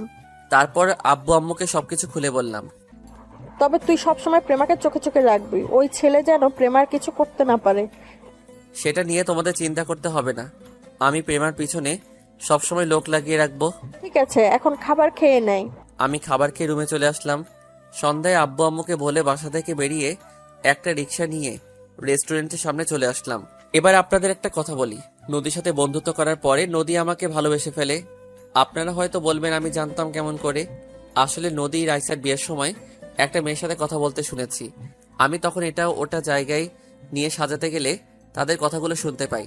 নদীর সাথে মেয়েটা নদীকে বলেছে ওর তো স্ত্রী আছে, দেখে মনে হচ্ছে দুজন দুজনকে পাগলের মতো ভালোবাসে, তুই তাকে কিভাবে মনের কথা বলবি? তখন নদী বলল, আমি আগের প্রেমার চোখে রাসেলকে খারাপ বানাবো, তারপর রাসেলকে আপন করে নিব। তখন ওই মেয়েটা বলল, তুই কিভাবে রাসেলকে প্রেমার চোখে খারাপ বানাবি? তখন নদী বলল, সেটা সময় হলে জানতে পারবি। আরো অনেক কাহিনী আছে, সাথে থাকেন, দেখতে পাবেন। এখনো আপনাদের মাথায় কিছুই ঢুকবে না। আমি রেস্টুরেন্টের ভিতরে ঢুকে একটা টেবিলের সামনে গিয়ে চেয়ার টেনে বসলাম। কিছুক্ষণ পর নদী আসলো, আমার সামনে চেয়ারে বসে বলল, বলো, কেন ডেকেছো? তোমার জন্য তো প্রেমা আমাকে ভুল বোঝাচ্ছে, আমাকে আজকে অফিস থেকে বের করে দিছে। এখন আমি কি করব? সমস্যা নেই, তুমি আমাদের অফিসে কাজ করো, দুজনে মিলে অফিসটা চালাবো। তোমার আব্বু কিছু বলবে না? আমার উপরে আব্বু কখনো কথা বলে না। আজকে তোমাকে আমি একটা সত্যি কথা বলি। আসলে আমি তোমাকে আগে থেকেই ভালোবাসি, কিন্তু প্রেমার কারণে বলতে পারি না। প্রেমা সারাক্ষণ আমাকে প্যারার উপরে রাখে। কি, তুমি সত্যি বলছো? আমি সত্যি বলছি। তুমি জানো আমিও তোমাকে অনেক আগে থেকে ভালোবাসি, কিন্তু প্রেমার জন্য বলতে পারি নাই। আসলে প্রেমাকে আমার একটু ভালো লাগে না, ওর থেকে মুক্তি পেয়ে অনেক ভালো লাগছে। প্রেমার আগে যদি তোমাকে দেখতাম তাহলে তোমাকে বিয়ে করতাম। তাহলে আমার কাজটা করা ঠিক হয়েছে। মানে কি কাজ? আরে, তোমাকে জড়িয়ে ধরা, তা না হলে তো প্রেমা তোমাকে ছেড়ে দিত না। একদম ঠিক কাজ করেছো। এখন আমি তোমাকে বিয়ে করে নিব। ঠিক আছে, আমি আব্বু আম্মুর সাথে কথা বলবো। এখন বলো না, আগে তোমার অফিসে কাজ করি 1 মাসের মতো, তোমার বাবার মন জয় করি, তাহলে তোমার আব্বু বিয়েতে রাজি হবে। ঠিক বলেছো, তুমি কালকে আমাদের অফিসে চলে এসো। আচ্ছা ঠিক আছে। তারপর আরো কিছুক্ষণ কথা বলে রেস্টুরেন্ট থেকে বেরিয়ে নদীকে বিদায় দিয়ে আমার এক বড় ভাইয়ের কাছে গেলাম। তিনি সবসময় ভালো কাজ করে। আরে রাসেল, তুমি হঠাৎ আমার এখানে? ভাইয়া, আমার কয়জন লোক লাগবে আমার স্ত্রীকে চোখে চোখে রাখার জন্য। কেন, তোমার পিছনে কেউ লাগছে? আমাকে শুধু একবার বলো, একবারে উচিত শিক্ষা দিয়ে দেব। আসলে ভাইয়া তেমন কিছু না। তারপর ভাইয়াকে সবকিছু খুলে বললাম। সমস্যা নেই, আমার লোক সব সময় তোমার বইয়ের পিছনে থাকবে। ভাইয়া, তোমাকে কত দিতে হবে? একটা থাপ্পড় দিব। তুই ভাবলি কি করে আমি তোর কাছ থেকে টাকা নিব? তুই না থাকলে আমি এতক্ষণ উপরে থাকতাম। ঠিক আছে ভাইয়া, আমি ঠিকানা দিয়ে যাচ্ছি, সকালে বলবেন এই বাসার সামনে চলে যেতে। আমার বউ লোক দেখে চিনে ফেলবে, কিন্তু ফারহান যেন বুঝতে না পারে। সমস্যা নেই, তুই এখন বাসায় চলে যা, সকালে আমার লোক তোর বউয়ের বাসার সামনে চলে যাবে। ধন্যবাদ ভাইয়া, আমি এখন আসি। এই বলে ভাইয়ার ওখান থেকে চলে আসলাম।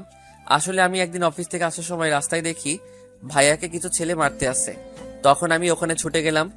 আমি ওদের সবাইকে মারতে লাগলাম। ছেলেগুলো মার খেয়ে দৌড় দিয়ে পালালো। সেই থেকে ভাইয়ার সাথে পরিচয়। রাতে সবার সাথে খাবার খেয়ে রুমে এসে বিছানায় শুয়ে মোবাইল হাতে নিয়ে দেখি প্রেমা অনেকগুলো ফোন দিচ্ছে। তাই ফোন ব্যাক করলাম। বলো, এত ফোন দিছো কেন? তুমি এতক্ষণ কোথায় ছিলে? আমি কতগুলো ফোন দিছি। আসলে আমি খাবার খাচ্ছিলাম, মোবাইলটা রুমে ছিল। ও, তা এখন কি করো? এই তো রুমে এসে বিছানায় শুয়ে তোমার সাথে কথা বলছি। তুমি কি করো? খাবার খেয়ে রুমে এসে তোমাকে ফোন দিচ্ছি, কিন্তু তুমি ফোন রিসিভ করো নাই। আমার একা একা ঘুমাতে ভালো লাগছে না, তুমি একটু আসবে? এখন তোমার বাসায় গেলে তোমার আব্বু আম্মু কি বলবে? আরে আব্বু আম্মু তো ঘুমিয়ে গেছে মনে হয়। তুমি প্লিজ আসো, তোমাকে ছাড়া আমার ঘুম আসছে না। ঠিক আছে, আসছি বলে ফোন কেটে দিলাম। আমি বিছানা থেকে নেমে একটা জামা গায়ে দিয়ে বাইকটা নিয়ে শ্বশুর বাড়িতে চলে আসলাম। দারোয়ান আমাকে দেখে বলল, আরে রাসেল বাবা, তুমি এত রাতে আসলে যে? আসলে চাচা, প্রেমার সাথে দেখা করতে এসেছি। ওকে না দেখে থাকতে পারি না। ঠিক আছে, যাও। তবে চাচা, শ্বশুর বাড়িতে যেন এটা কখনো জানতে না পারে। সমস্যা নেই, কেউ জানবে না। ধন্যবাদ চাচা, আর এই 1000 টাকা রাখুন। লাগবে না বাবা, এমনি তুমি আমাকে অনেক টাকা দিয়েছো। আরে রাখুন চাচা, মনে করেন আপনার ছেলে দিয়েছে। চাচা টাকাটা রাখলো। তারপর আমি দরজার সামনে এসে প্রেমাকে ফোন দিয়ে বললাম দরজা খোলার জন্য। কিছুক্ষণ পর প্রেমা এসে দরজা খুলে দিল। আমার হাত ধরে ভিতরে ঢুকিয়ে দরজা লাগিয়ে রুমে নিয়ে আসলো। তারপর এমন কিছু করবে সেটা আমি কখনো ভাবিনি। প্রেমা আমাকে রুমে ঢুকিয়ে জড়িয়ে ধরে ঠোঁটের সাথে ঠোঁট লাগিয়ে দিল। দুজন দুজনকে জড়িয়ে ধরে কিস করতে লাগলাম। প্রায় 5 মিনিট পর ছেড়ে দিলাম। তোমাকে ছাড়া ঘুম আসছে না, এখন আমাকে জড়িয়ে ধরে শুয়ে পড়ো। আরে তোমার আব্বু আম্মু আমাকে দেখলে কি বলবে? সমস্যা নেই, আমি তোমাকে সকালে ভোরে ঘুম থেকে জাগিয়ে দেব। ঠিক আছে, এখন বলো, ফারহানের সাথে আর কথা হয়েছে? হয়েছে, আমি অফিস থেকে ওকে ফোন দিয়ে বলেছি তোমাকে অফিস থেকে বের করে দিছি, কয়েকদিন পর ডিভোর্স পেপার পাঠিয়ে দেব। তখন ফারহান কি বলল? সে বলছে আমি অনেক ভালো করেছি তোমাকে বের করে দিয়ে, এখন আমাকে বিয়ে করে নতুন করে সংসার শুরু করবে। ওকে ভালো করে বিয়ে করাবো। ওকে উচিত শিক্ষা না দেওয়া পর্যন্ত আমার মন শান্তি হবে না। নদীর সাথে তোমার কি কথা হয়েছে? তারপর সবকিছু খুলে বললাম। তাহলে তো ভালোই। তুমি যদি গতকাল রাতে আমাকে ওই কথাগুলো না বলতে, তাহলে আমি এইসব ব্যাপারে জানতাম না। ফারহান ছেলেটাকে অনেক ভালো মনে করছি। আর তোমাকে কালকে থেকে কিছু লোক ফলো করবে তোমার নিরাপত্তার জন্য। ফারহান যাতে কিছুই বুঝতে না পারে। ওকে তোমার শরীরে টাচ করতে দিবে না কখনো। আমি ভুলেও ওকে আমার হাত ধরতে দিব না। আমি বলবো যা হবে বিয়ের পর। ঠিক আছে, এখন ঘুমিয়ে পড়ো। তারপর প্রেমা আমাকে জড়িয়ে ধরে শুয়ে পড়লো। দেখতে দেখতে 10টা দিন চলে গেল। এখন আমি নদীদের অফিসে কাজ করি। নদীর আব্বু আমার কাজ দেখে অনেক খুশি হয়েছে আর আমার বিয়ের কথা জেনে গেছে। আমি বলছি আরো কিছুদিন পরে ডিভোর্স দিয়ে দিব প্রেমাকে। তিনি মেয়ের সুখের কথা ভেবে রাজি হয়ে গেল। নদী আমাকে জড়িয়ে ধরতে আসলে আমি তাকে বলি বিয়ের পর সবকিছু করতে। তাই নদী আর জোর করে না। আর ওদিকে প্রেমা ফারহানের সাথে আমার কথা মতো কাজ করে যাচ্ছে। লোকগুলো সবসময় প্রেমার আশেপাশে থাকে। প্রেমার সাথে প্রতিদিন রাতে ফোনে কথা হয়। দেখতে দেখতে আরো 1 মাস চলে গেছে। আমাদের কাজ সব হাতের মুঠোয় নিয়ে আসছি। সবকিছু কিছুক্ষণ পর জানতে পারবেন। হঠাৎ নদী আমার কেবিনে আসলো। একটা চেয়ারে বসে বলল, আমার জানতে কি করে? দেখতেই তো পারছো কাজ করছি। তুমি আমার সাথে এভাবে কথা বলছো কেন? আমি আবার কিভাবে কথা বললাম? তুমি তো দেখতেই পারছো কাজ করছি। ঠিক আছে, তুমি কাজ করো, আমি আমার কেবিনে গেলাম। আরে রাগ করছো কেন? আমি একটা জায়গায় মিলাতে পারছি না, তাই মাথা গরম ছিল। এখন মিলাতে পারছি। প্লিজ তুমি রাগ করো না। তুমি রাগ করলে পেতনির মতো লাগে। নদী আমার কথা শুনে বলল, কি আমাকে পেতনির মতো লাগে? আজকে তোমাকে মেরেই ফেলবো। সরি সরি, আর বলবো না। এখন এখানে তোমার একটা সাইন করে দাও। দাও, দিচ্ছি। ফাইলটা একটু দেখে সাইন করো। দেখা লাগবে না। আমি মনে মনে বললাম, নদী তুমি জীবনের ভুলটা আজকে করলে, ফাইলটা একটু দেখলে না। নদী সাইন করে কিছুক্ষণ আমার সাথে দুষ্টামি করে নিজের কেবিনে চলে গেল। আর ওদিকে প্রেমা আর ফারহান রেস্টুরেন্টে বসে কথা বলছে। চলুন দেখি তারা কি কথা বলছে। প্রেমা চলো, আমরা দুজন বিয়ে করে ফেলি। আমি তোমাকে ছাড়া থাকতে পারছি না। ঠিক আছে, কালকে কাজী অফিসে বিয়েটা সেরে নিব। তবে বাচ্চা হওয়ার আগে আমাদের মাঝে কিছুই হবে না। ঠিক আছে, তুমি যা বলবে তাই হবে। ফারহান মনে মনে বলতে লাগলো, আগে বিয়েটা হয়ে যাক, তারপর তোমাকে জোর করে ভোগ করব। ওকে, আজকে আমি বাসায় যাই, কালকে এই কাজে অফিসে চলে আসবে, বিকেল 5টায় আসবে, আমি তোমার জন্য অপেক্ষা করব। আচ্ছা ঠিক আছে। প্রেমা রেস্টুরেন্ট থেকে বেরিয়ে গাড়ি নিয়ে সোজা বাসায় চলে আসলো। রাতে প্রেমা আমাকে ফোন দিল, কেমন আছো, কি করো? আমি ভালো থাকি, কি করে তোমাকে ছাড়া? আর 2-3টা দিন ধৈর্য ধরো, তারপর আবার আগের মতো থাকতে পারবে। আজকে আমি ফারহানকে বিয়ের কথা বলার আগে ফারহান নিজেই বলল আমি তাকে কালকে কাজে অফিসে আসতে বলছি। ওকে, সমস্যা নেই, আমি কাজের সাথে কথা বলে সবকিছু ঠিক রাখতে বলছি। ঠিক আছে, এখন বলো ওদিকের কি খবর? আজকে আমার কাজ শেষ হয়েছে, নদীর থেকে সাইন নিয়ে নিছি, এখন শুধু তোমারটার অপেক্ষা। ওটা হাতে আসলে আমাদের কাজ শুরু হয়ে যাবে। আমার না ভয় হচ্ছে, যদি উল্টাপাল্টা কিছু হয়ে যায়। আরে কিছুই হবে না, আমি আছি তো তোমার পাশে। আচ্ছা, কালকে কথা বলবো। ফারহান ফোন দিচ্ছে। ঠিক আছে, বাই। এই বলে আমি ফোন কেটে দিলাম। আর ওদিকে প্রেমা ফারহানের ফোন রিসিভ করার পর ফারহান বলল, কি ব্যাপার, তুমি কার সাথে কথা বলছিলে? আরে আমার অফিসের ম্যানেজার আঙ্কেল ফোন দিচ্ছে, অফিসের কাজের ব্যাপারে কথা বলছি। ও, তা এখন কি করো, খাওয়া দাওয়া করেছো? খাওয়া দাওয়া হয়েছে, আর এখন তোমার সাথে কথা বলছি। তোমার খাওয়া দাওয়া হয়েছে? হয়েছে। তারপর তারা আরো কিছুক্ষণ কথা বলে ফোন কেটে দিল। প্রেমা ঘুমিয়ে পড়ল। আসুন আপনাদের সাথে কিছু কথা বলি। প্রেমাকে আমি প্রথমে কষ্ট দিব মনে করছি, কিন্তু পরে ফারহান আর নদীর পরিবারের ব্যাপারে কিছু কথা বলার পর প্রেমা রাজি হয়ে যায়। আর আমি কাজটা একা করতে পারবো না, তাই প্রেমার সাথে শেয়ার করি। প্রেমা আমার কথায় রাজি হয়ে যায়। রাজি হওয়ার কারণে তাকে কষ্ট দেইনি। পরে আমরা একটা প্ল্যান করি। কি প্ল্যান করছি তা 2 দিন পর জানতে পারবেন। ফারহান আর নদীকে নকল একটা ডিভোর্স পেপার দেখালাম। তারা মনে করছে আমাদের মধ্যে ডিভোর্স হয়ে গেছে। এবার চলুন ফারহান আর নদীর মধ্যে কি হচ্ছে। কি ব্যাপার নদী, তুমি এখন আমার সাথে আগের মতো কথা বলো না কেন? তুমি আমাকে ভুলে যাও ফারহান, আমি রাসেলকে ভালোবেসে ফেলেছি, ওকে আমার মনের ভেতর জায়গা দিয়ে দিছি। এটা তুমি কি বলছো? আমাদের আজ 1 বছরের রিলেশন, আর তুমি এখন কি বলছো? তোমার সাথে মিলে রাসেল আর প্রেমার সংসার ভাঙছি, আর এখন তুমি কি বলো? সেটার জন্য তোমাকে ধন্যবাদ। তুমি প্রেমাকে বিয়ে করে নাও, আমি রাসেলকে বিয়ে করে নিই। আমি তোমাকে ছাড়া থাকতে পারবো না। তুমি কেমন ছেলে আমার ভালো করে জানা আছে। তুমি মেয়েদের ফাঁদে ফেলে তাদের জীবনটা নষ্ট করে নতুন আরেকটা ধরো। বাহ বাহ, তুমি আমার কথাই বললে। তুমি কেমন মেয়ে সেটা আমি জানি না। তুমি শিহাবের সাথে কি করেছো আমি সবকিছু জানি। ওর সাথে তো মিথ্যা প্রেমের অভিনয় করছি, একমাত্র তাদের সম্পত্তির লোভে। তাই ওর থেকে সবকিছু নিয়ে রাস্তায় নামিয়ে দিয়েছি। ও, তার মানে আমার সাথেও এমন কিছু করতে, তাই না? কিন্তু আমার কিছুই তুমি নিতে পারবে না। ঠিকই ধরেছিস, এখন ফোন রাখ, তোর সাথে কথা বলতে আমার ভালো লাগে না। এই বলে নদী ফোন কেটে দিল। আর ফারহান মনে মনে বলতে লাগলো, আরে নদী, তুই কি মনে করেছিস আমি তোকে হারে হারে চিনি? তাই তোর সাথে আমিও প্রেমের অভিনয় করে গেছি। এখন প্রেমাকে বিয়ে করে তাদের সব সম্পত্তি দখল করে নিব, তারপর প্রেমাকে ঘাট ধাক্কা দিয়ে বাসা থেকে বের করে দিব। পরের দিন বিকেলে কাজী আমার কথা মতো সবকিছু ঠিক করে রেখেছে। প্রেমা আর ফারহান সাইন করলো, কিন্তু ফারহান সাইন করার আগে পেপারটা পড়ে দেখলো না। তারপর প্রেমা আর ফারহান কাজী অফিস থেকে বেরিয়ে যে যার বাসায় চলে আসলো। আর এদিকে আমি নিজের কেবিনে ক্যামেরা সেটিং করে নদীকে আমার কেবিনে আসতে বললাম। কিছুক্ষণ পর নদী আমার কেবিনের ভিতরে ঢুকে একটা চেয়ারে বসলো। তখন নদী বলল, বলো, কেন ডেকেছো আমাকে? আচ্ছা নদী, তুমি আমার কাছে একটা সত্যি কথা বলবে? কি কথা বলো? তুমি কি শিহাব নামে কাউকে চিনো? শিহাব নামে আমি একজনকে চিনতাম, কেন বলো তো?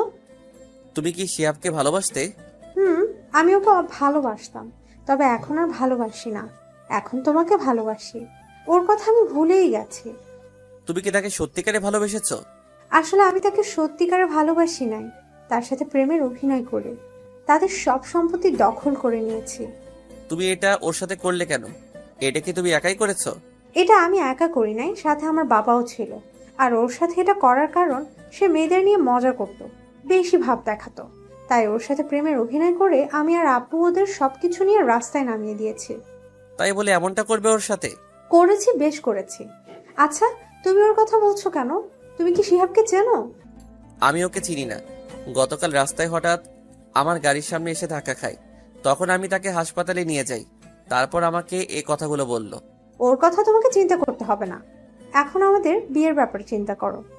ঠিক আছে, কালকে আমি আব্বু আম্মুকে নিয়ে তোমাদের বাসায় যাব বিয়ের কথাবার্তা বলতে। ঠিক আছে, এখন আমি কেবিনে গেলাম, হাতে কিছু কাজ আছে। ওকে যাও। নদী আর কোনো কথা না বলে কেবিন থেকে বেরিয়ে গেল। আমি বসে বসে কাজ করতে লাগলাম। সন্ধ্যায় গাড়ি নিয়ে আমি সোজা ফারহানের বাসায় চলে গেলাম। কলিং বেল চাপ দেওয়ার পর একজন কাজের লোক এসে দরজা খুলে দিল। আমাকে দেখে বলল, কাকে চাই? আমি ফারহানের আব্বুর সাথে একটু কথা বলতে চাই। ঠিক আছে, আপনি ভিতরে সোফায় বসুন, আমি সাহেবকে ডেকে দিচ্ছি। এই বলে কাজের লোক ভিতরে চলে গেল। আমি ভিতরে ঢুকে সোফায় বসলাম। কিছুক্ষণ পর ফারহানের আব্বু আসলো। আমাকে দেখে বলল, তুমি কে? তোমাকে তো চিনতে পারলাম না। আমাকে আপনি চিনবেন না, শুধু আপনাকে কিছু কথা জিজ্ঞেস করতে আসলাম। কি কথা বলো? চিনি, ও আমার বন্ধু ছিল, সে তো এখন বেঁচে নেই। ওনাকে তো আপনি মেরেছেন, আপনার কারণে উনি মরতে বাধ্য হলো। কেন করেছেন ওনার সাথে এমন কিছু? আপনি ওনার বন্ধু ছিলেন, বন্ধু হয়ে বন্ধুর ক্ষতি করতে আপনার একটু কষ্ট হয়নি? করেছি, বেশ করেছি। সে আমার থেকে উপরে উঠতে চাইছে, তাই ওকে রাস্তায় বসিয়ে দিলাম। এখন যদি আপনার নামে আমি থানায় মামলা করি, তখন আপনার কি হবে? প্রমাণ সাক্ষী ছাড়া পুলিশ আমার কিছুই করতে পারবে না। আর আমার হাত মন্ত্রী পর্যন্ত আছে, তুমি আমার কিছুই করতে পারবে না। আমি আপনাকেও দেখে ছাড়বো। তোর সাহস তো কম না, তুই আমার বাড়িতে এসে আমাকে হুমকি দিচ্ছিস। আমি চাইলে এক্ষুনি তোকে থানায় ভরে দিতে পারি, কিন্তু আমি তা করব না। তুই এখনই আমার বাসা থেকে বেরিয়ে যা। ঠিক আছে, আমি চলে যাচ্ছি, তবে আমি আবার আসবো। এই বলে আমি বাসায় চলে আসলাম। রাতে আব্বু আম্মুর সাথে খাবার খাওয়ার সময় আব্বু বলল, কি রে, তোর কাজ কতটুকু আগালো? আব্বু কালকে সব শেষ হয়ে যাবে, আমাদের কাছে সব প্রমাণ চলে এসেছে।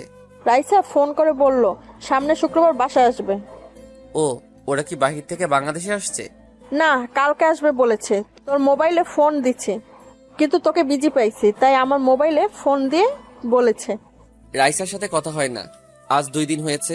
কি করব বলো, ওদিকের কাজ করে সময় পাই না। ওটা সমস্যা নেই, তো কালকে পুলিশে করে নিবি। আব্বু। তারপর খাওয়া দাওয়া করে রুমে চলে আসলাম। বিছানায় শুয়ে প্রেমাকে ফোন দিলাম। ফোন দেওয়ার সাথে সাথে রিসিভ করলো। আমার জানুটা কেমন আছে? তোমাকে ছাড়া ভালো থাকি কি করে? কালকে থেকে তো আমার সাথে থাকবে, আজকে রাতটা কষ্ট করো। তা কাগজপত্র সবগুলো আনছো? সব আমার সাথে আছে, আর ফারহানের সাথে আমি একটা ভিডিও করছি। ও আগে কার সাথে কি করছে সবকিছু আমাকে খুলে বলছে। আমি বলেছি তার কথা শুনে আমি তাকে ছেড়ে যাব না, তারপর সবকিছু খুলে বলছে। খুব ভালো করছো। কালকে সকালে বাসায় চলে আসবে তোমাকে নিয়ে, আর সাথে পুলিশ নিয়ে ফারহানা নদীর বাসায় যাব। আমার মন বলছে এখনই তোমার বাসায় চলে আসতে। না জানো, রাতটা কষ্ট করে কাটিয়ে সকালে চলে এসো। ঠিক আছে। তারপর আরো কিছুক্ষণ কথা বলে ঘুমিয়ে পড়লাম। সকালবেলা ঘুম থেকে উঠতেই বুকটা কেমন ভারী লাগছে। চোখ খুলে দেখি যাকে দেখলাম তাকে দেখে তো অবাক হয়ে গেলাম। ঠিকই ধরেছেন, প্রেমা। আমি উঠতেই প্রেমার ঘুম ভেঙে গেল। তখন আমি তাকে বললাম, প্রেমা তুমি কখন আসলে? আমি সকালে ভোরে চলে এসেছি, তোমাকে ছাড়া ভালো লাগছে না তাই চলে আসলাম। ঠিক আছে, এখন উঠো, আমি ফ্রেশ হব। আর একটু থাকো না, অনেকদিন পর তোমাকে জড়িয়ে ধরলাম। ঠিক আছে থাকো। এখন বলো, আব্বু আম্মু কি জানে তুমি বাসায় এসেছো? আম্মু তো দরজা খুলে দিল। তোমার আব্বু আম্মু জানে তুমি আমার কাছে আসবে? তারা কেউ জানে না, শুধু দারোয়ান চাচা জানে। ও। প্রেমা আমাকে কিছুক্ষণ জড়িয়ে ধরার পর দুজনে ফ্রেশ হয়ে সবার সাথে নাস্তা করে বেরিয়ে পড়লাম থানার উদ্দেশ্যে। থানায় এসে একজনের কেবিনের ভিতরে ঢুকে গেলাম। ওসি সাহেব, আপনার সাথে কিছু কথা ছিল। আপনি আপনার বউকে কেমন আদর করেন? ওসি আমার দিকে তাকিয়ে বলল, ওই হারামি, ভাবির সামনে এমন বলতে লজ্জা করে না? তুই তো জানিস আমার লজ্জা নেই। চুপ হারামি। ভাবি কেমন আছেন? আমি ভালো আছি, তুমি কেমন আছো? আমিও ভালো আছি। তো বলুন কি খাবেন? আমরা কিছু খাবো না? এ কথা বললে তো হবে না। আপনি এই প্রথম আমার থানায় আসলেন, একটা কিছু তো খেতে হবে। শুধু কফি হলে চলবে? তারপর রকি একজন কনস্টেবলকে বলল 3টা কফি নিয়ে আসতে। কিছুক্ষণ পর কনস্টেবল কফি নিয়ে আসলো। 3জনই কফি খেয়ে বেরিয়ে পড়লাম। সাথে আরো কিছু পুলিশ নিয়ে বের হলাম। রকি হচ্ছে আমার কলেজ ফ্রেন্ড। কিছুদিন আগে সে ওসির পদ পেয়েছে, তার সাথে মাঝে মাঝে যোগাযোগ হতো। এবার যেতে যেতে আসল ঘটনা আপনাদের খুলে বলি। একদিন আমি অফিস থেকে বেরিয়ে এসে বাসায় যাওয়ার সময় রাস্তার পাশে একটা ছেলেকে দেখে গাড়ি দাঁড় করাই। আমি ছেলেটাকে দেখি মাথা নিচু করে বসে আছে। তখন আমি তাকে বললাম, কি হয়েছে তোমার? তুমি এভাবে মাথা নিচু করে বসে আছো কেন? ছেলেটা মাথা ওটার সাথে সাথে আমাকে দেখে বলল, আরে রাসেল, তুই? তোর সাথে অনেকদিন পরে দেখা। আমার কথা বাদ দেও, কিন্তু তুই এখানে এভাবে বসে আছিস কেন? এটা আমার কপালে লেখা ছিল। কি হয়েছে আমাকে খুলে বল। তোর জামা কাপড়ের এই অবস্থা কেন? তাহলে শোন, আমি নদী নামে একটা মেয়েকে ভালোবাসতাম। মেয়েটা আমার সাথে প্রেমের অভিনয় করে, আমাদের সব সম্পত্তি দখল করে নেয়। আমি তাকে অনেক বিশ্বাস করেছিলাম, কিন্তু সে আমার সাথে এমন কিছু করবে আমি কখনো ভাবিনি। এটা তোর পাপের ফল। তোর যে সময় সবকিছু ছিল তখন তুই মানুষের সাথে কেমন আচরণ করতি, সেজন্য আল্লাহ তোর সাথে এমন করছে। এখন বল, তোর আব্বু আম্মু কোথায়? আমার বাবার বন্ধু জাহিদ খান আব্বুর অফিস নিজের নামে করে নেওয়ার পর আব্বু হার্ট অ্যাটাক করে মারা যায়। এরপর শেষ সম্বল ছিল আমাদের বাড়িটা। এটা নদী এবং তার বাবা মিলে আমার থেকে দখল করে নেয়, কারণ বাড়িটা আমার নামে ছিল। কিছুদিন পর আমার আব্বু অফিসটা আমার নামে করে দিলেও কিন্তু তার আগে জাহিদ হাসান আমার আব্বুর থেকে নিয়ে যায়। সবকিছু হারিয়ে এখন কি করছিস? একটা ছোট বাসা ভাড়া নিয়ে আম্মু আর থাকতাম। তারপর একটা অফিসে চাকরি নিই, কিন্তু সেই জায়গায় নদী আমার নামে নানান কথা বলে বসের সাথে। তারপর আমাকে অফিস থেকে বের করে দেয়। চাকরির জন্য অনেক জায়গায় ঘুরছি, কিন্তু কোথাও চাকরি পাইনি। নিজেকে শেষ করে দিতে মন চেয়েছে, কিন্তু আম্মুর কথা চিন্তা করে পারলাম না। পরে এই রাস্তার কাগজ বোতল এগুলো টোকাই বিক্রয় করে কোনো রকম চলি। এখন আম্মু অনেক সুস্থ। ডাক্তার বলেছে আম্মুর চিকিৎসা করাতে অনেক টাকার প্রয়োজন, কিন্তু আমি টাকা কোথা থেকে ব্যবস্থা করব, তাই এখানে বসে চিন্তা করতে লাগলাম। এখন দেখছিস, যে সময় তোর সবকিছু ছিল তখন গরিবদের মানুষ মনে করতি না, আর এখন সবকিছু হারিয়ে রাস্তায় বোতল কাগজ কুড়িয়ে চলতে হয়। ঠিকই বলেছিস। তোকে দেখে মনে হচ্ছে অনেক টাকা পয়সার মালিক হয়ে গেছিস। আমাকে কিছু টাকা দিবি আর একটা চাকরির ব্যবস্থা করে দিবি। আমি চাকরি করে তোর টাকা সব শোধ করে দিব। ঠিক আছে, তুই আমার গাড়িতে ওঠ। আগে তোর আম্মুকে হাসপাতালে নিয়ে যাই, তারপর তোর ব্যবস্থা করব। তারপর শিয়াবকে গাড়িতে উঠিয়ে তার ভাড়া বাসায় চলে গেলাম। বাসায় এসে দেখি শিয়াবের আম্মু কেমন করে শুয়ে আছে। আমি দেখে অনেক মায়া লাগলো। তারপর আমি আর শিহাব ওর আম্মুকে গাড়িতে উঠিয়ে হাসপাতালে ভর্তি করিয়ে দিলাম। ডাক্তারকে বলেছি ওনার চিকিৎসা করাতে যত টাকা লাগে আমি দিব। তারপর ডাক্তার শিহাবের আম্মুর চিকিৎসা শুরু করলো। শিহাব তার আম্মুর সাথে আছে। এখন তার আম্মু কিছুটা সুস্থ আছে। এই ছিল আসল ঘটনা। এবার বাস্তবে ফিরে আসি। আমি, প্রেমা আর রকি নদীদের বাসায় চলে আসলাম। নদী জানে আজকে তাকে দেখার জন্য আমার আব্বু আম্মু আসবে, কিন্তু সে তো জানে না আজকে ওকে আর ওর বাবাকে পুলিশের কাছে ধরিয়ে দিব। আমরা নদীদের বাসায় চলে আসলাম। কলিং বেল চাপ দেওয়ার পর কাজের বুয়া দরজা খুলে দিল। আমরা কাজের বুয়ার কোনো কথা না শুনে ভিতরে ঢুকে গেলাম। আমরা ভিতরে ঢুকে দেখি নদীর আব্বু সোফায় বসে আছে। আমাকে এবং আমার সাথে পুলিশ ডেকে বলল, এরা আপনাকে এবং আপনার মেয়েকে ধরতে এসেছে। আমাদের অপরাধ কি? আপনি আর আপনার মেয়ে নদী অভিনয় করে শিয়াবের বাড়ি দখল করে নিয়েছেন, সেজন্য পুলিশ আপনাদের ধরতে এসেছে। তুমি হয়তো জানো না, পুলিশ প্রমাণ ছাড়া কাউকে ধরতে পারে না। আমরা প্রমাণ ছাড়া আপনাকে এবং আপনার মেয়েকে ধরতে আসি নাই, প্রমাণ নিয়ে এসেছি। আর এই রাসেল আপনাদের নামে থানায় মামলা করেছে। হঠাৎ নদী রুম থেকে বেরিয়ে এসে বলল, রাসেল এখানে কি হচ্ছে? আর প্রেমা তুই এখানে? সাথে দেখি পুলিশ এসেছে। পুলিশ সামনে আসে নাই, তোকে আর তোর বাপকে থানায় নিয়ে যেতে এসেছে। আমাদের অপরাধ? তোরা কি অপরাধ করছিস এই দেখ। তারপর নদী আমার সাথে যে কথা বলল সবগুলো দেখালাম। তখন নদী বলল, রাসেল তুমি আমার সাথে বেইমানি করলে। আমি তোমাকে বিশ্বাস করে সবকিছু খুলে বলেছি। বিশ্বাস তো আমার ফ্রেন্ড শিয়াবও তোদের করেছে। বিনিময়ে তোরা কি করছিস ওর সাথে? তার শেষ সম্বল বাড়িটাও নিয়ে নিলি, তুই আর তোর বাপ। চিন্তা করিস না নদী, আমাদের থানায় বেশিক্ষণ আটকিয়ে রাখতে পারবে না। টাকা দিলে এমনি আমাদের ছেড়ে দিবে। আপনি ভুল ভাবছেন, কারণ এখন আপনাদের কিছুই নেই। আমি জানি আপনার সব সম্পদের মালিক নদী, তাই ওর কাছ থেকে সবকিছু সাইন করে নিয়ে নিছি। এখন আপনি রাস্তার ফকির। আপনারা যেভাবে শিয়াব থেকে অভিনয় করে সব সম্পত্তি দখল করে নিছেন, আমিও আপনার মেয়ের সাথে অভিনয় করে সবকিছু লিখে নিছি। আমাদের কি ক্ষমা করে দেওয়া যায় না? আমরা আর এমন ভুল কখনো করব না। আমি কেন? শিয়াবও তোদের ক্ষমা করবে না। রকি, তাদের নিয়ে যা। এই এদের থানায় নিয়ে চলো। রকির কথা মতো পুলিশ নদী আর নদীর বাবাকে ধরে নিয়ে বাহিরে চলে গেল। বাহিরে আসার পর গাড়ি নিয়ে ফারহানের বাসায় যেতে লাগলাম। সাথে নদী আর নদীর বাপ ছিল। কিছুক্ষণ পর আমরা তাদের বাসায় চলে আসলাম। আমরা সবাই দরজার সামনে দাঁড়িয়ে কলিং বেল চাপ দিলাম। কাজের বুয়া এসে দরজা খুলে দিল। এখানে ও কোনো কথা না বলে ভিতরে ঢুকে গেলাম। ভিতরে ঢুকে দেখি বাপ ছেলে সোফায় বসে কফি খাচ্ছে আর গল্প করছে। আমাদের দেখে ফারহান বলল, আরে প্রেমা, তুমি হঠাৎ আমাদের বাসায়? আবার সাথে দেখি রাসেল এবং পুলিশ, মানে কি? সেটা কিছুক্ষণ পরে বুঝতে পারবি। তুই আবার এসেছিস আমার বাসায়, সাথে পুলিশ নিয়ে এসেছিস? তুই জানিস আমি একটা ফোন দিলে তোর সাথের পুলিশ ভয়ে বেরিয়ে যাবে। তাই নাকি মিস্টার জাহিদ হাসান? তো দেখি আপনি কাকে ফোন দিবেন। আমি এখান থেকে এক পাও লড়বো না। ফারহানের আব্বু মোবাইল নিয়ে কাকে যেন ফোন দিল। তখন তার সাথে কথা বলে রকির কাছে ফোন দিল। নে কথা বল। হ্যালো, কে বলছেন? আমি বর্তমানে মন্ত্রী বলছি। যদি চাকরি হারাতে না চাও তাহলে এখনই হাসান সাহেবের বাসা থেকে বেরিয়ে যাও। তোমাকে আমি গুলি করে মারবো। আমাকে তুমি চাকরির ভয় দেখাচ্ছ? আরে রকি, তুই? তা বাবা জাহিদ হাসানকে কেন ধরতে গেলি? তারপর সবকিছু খুলে বলল। বাবা, আমি এইসব জানতাম না। তুই ওকে ধরে থানায় নিয়ে আয়, পরেরটা আমি দেখছি। ঠিক আছে আব্বু। এই বলে ফোন কেটে দিল। তখন ফারহানের আব্বু রকিকে বলল, তুই মন্ত্রীকে আব্বু বললি কেন? আমার আব্বুকে আব্বু বলবো না তো কি বলবো? মানে? কারণ তোর মন্ত্রী বন্ধু হচ্ছে আমার জন্মদাতা আব্বু। আমার ছোট থেকে শখ বড় হয়ে আমি পুলিশ অফিসার হব।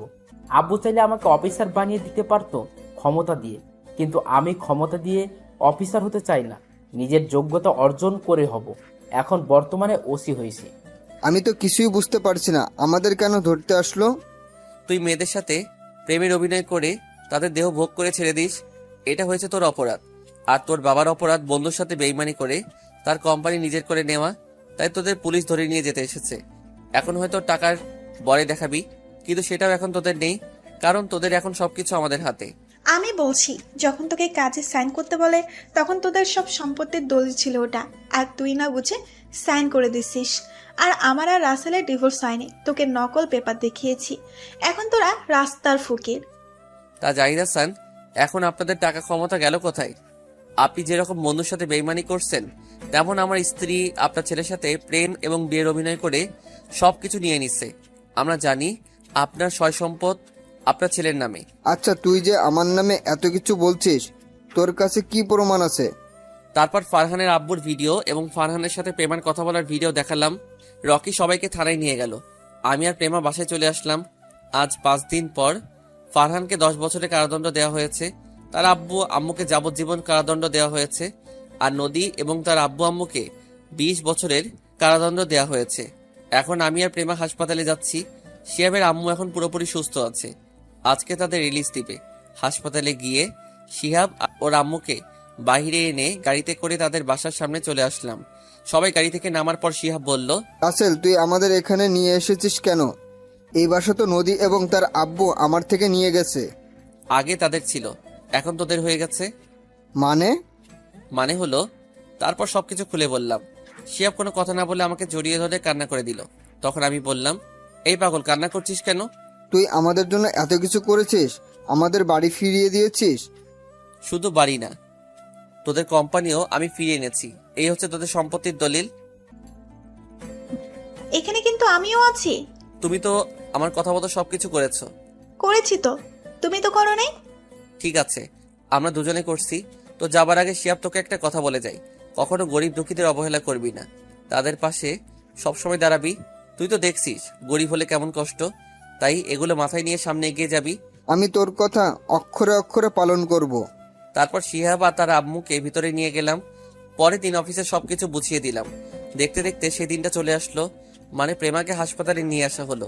আজকে সকালে হঠাৎ প্রেমার ব্যথা ওঠে। তারপর প্রেমাকে হাসপাতালে নিয়ে আসি। ডাক্তার অপারেশন রুমে আছে। প্রায় 1 ঘন্টা পর ডাক্তার বেরিয়ে আসলো। আমরা সবাই ডাক্তারের কাছে গেলাম। ডাক্তার, আমার স্ত্রীর কি অবস্থা? ভয়ের কোনো কারণ নেই। আপনার স্ত্রী মেয়ে হয়েছে, আপনি বাবা হয়েছেন। সবাইকে মিষ্টি খাওয়ান। সত্যি বলছেন ডাক্তার? সত্যি। আমরা কি তার সাথে দেখা করতে পারি? অবশ্যই পারবেন। এই কথা বলে ডাক্তার চলে গেল। আমরা সবাই কেবিনের ভিতরে ঢুকলাম। আব্বু আম্মু শ্বশুর শাশুড়ি আমার মেয়েকে কোলে নিয়ে আদর করতে আসে। সবাই বলছে মেয়েটা আমার মতো হয়েছে। আব্বু আম্মু শ্বশুর শাশুড়ি কিছুক্ষণ থেকে কেবিন থেকে বেরিয়ে গেল। আমি আমার মেয়েকে কোলে নিয়ে প্রেমার পাশে বসলাম। তখন প্রেমা বলল, মেয়ে হওয়াতে তুমি খুশি না? কে বলছে আমি খুশি না? আমি অনেক খুশি হয়েছি। কিন্তু আমি খুশি হতে পারি নাই। কেন? আমি ভেবেছি তোমার মতো একটা ছেলে হবে, কিন্তু হয়েছে মেয়ে। তো কি হয়েছে? মেয়ে হচ্ছে ঘরের লক্ষ্মী। তা ঠিক আছে, কিন্তু এখন তো আমার আদর কমে যাবে। তুমি এখন তোমার মেয়েকে সবসময় আদর করবে। কে বলছে? আমার আদর সবসময় তুমি পাবে। তাহলে আমাকে এখন জড়িয়ে ধরে একটা কিস করো। ঠিক আছে, করছি। আমি মেয়েটাকে রেখে প্রেমার ঠোঁটের সাথে ঠোঁট লাগিয়ে দিলাম। তারপর দুজন দুজনকে জড়িয়ে ধরলাম। দেখতে দেখতে আজ 5টা বছর কেটে গেল। আমি এখন অফিস দেখাশোনা করি। প্রেমা বাসায় আব্বু আম্মু এবং আমার মেয়ে তিতির খেয়াল রাখে। সবাইকে নিয়ে অনেক সুখেই আছি। শিয়াব এর ফাঁকে বিয়ে করছে। তার একটা ছেলে আছে। রিয়া আর রাফির বিয়ে হয়ে গেছে। রিয়ার জবজ 2টা মেয়ে হয়েছে আর রাইসার একটা ছেলে সন্তান হয়েছে। আমার বোন স্বামী এবং ছেলে সন্তান নিয়ে অনেক সুখী আছে। রাইসা কিছুদিন আগে আমাদের বাসা থেকে বেরিয়ে গেল। এবার আসি রকির কথায়। আমি, রাফি, শিহাব এবং রকি আমরা সবাই একসাথে পড়াশোনা করছি। রকি ছেলেটা অনেক ভালো। তার বাপ মন্ত্রী থাকার পরেও কোনো অহংকার নেই তার ভিতর। সে কেমন গল্পের ভিতরে দেখেছেন। রকি এখন একজন পুলিশ অফিসার। রকি চাইলে আরো উপরের লেভেলে যেতে পারত, কিন্তু সে টাকা আর বাবার ক্ষমতা দিয়ে উপরে উঠতে চায় না। কিছুদিন আগে রকির বিয়ে হয়েছে। আমরা সবাই তার বিয়েতে গেছি। তো যাই হোক, রাতে সবার সাথে খাবার খেয়ে রুমে আসলাম। কিছুক্ষণ পর প্রেমা রুমে এসে দরজা লাগিয়ে বিছানায় এসে আমাকে জড়িয়ে ধরলো। কি ব্যাপার, তিথি কোথায়? ওকে ওর দাদা দাদির কাছে রেখে এসেছি। ওর দাদা দাদির কাছে রেখে আসলে কেন? কারণ আজকে তুমি আমাকে অনেক আদর করবে। ওর জন্য তোমাকে একটু আদর করতে পারি না। আমি আরেকটা ছেলে চাই। ও মা, তাই নাকি? আরেকটা লালন পালন করতে পারবে? অবশ্যই পারবো। তুমি আমাকে তিথির একটা ভাই এনে দাও। আমাকে তো অনেক পরিশ্রম করতে হবে। করতে হলে করবে, এখন কথা না বলে আমাকে আদর করো। আমি তোমার মাঝে হারিয়ে যেতে চাই। তাহলে আর দেরি কিসের? আমি তাহলে শুরু করে দেই। এই বলে প্রেমাকে জড়িয়ে ধরে ঠোঁটের উপর আক্রমণ করা শুরু করলাম। তারপর প্রেমার পুরো শরীরে কিস করতে লাগলাম।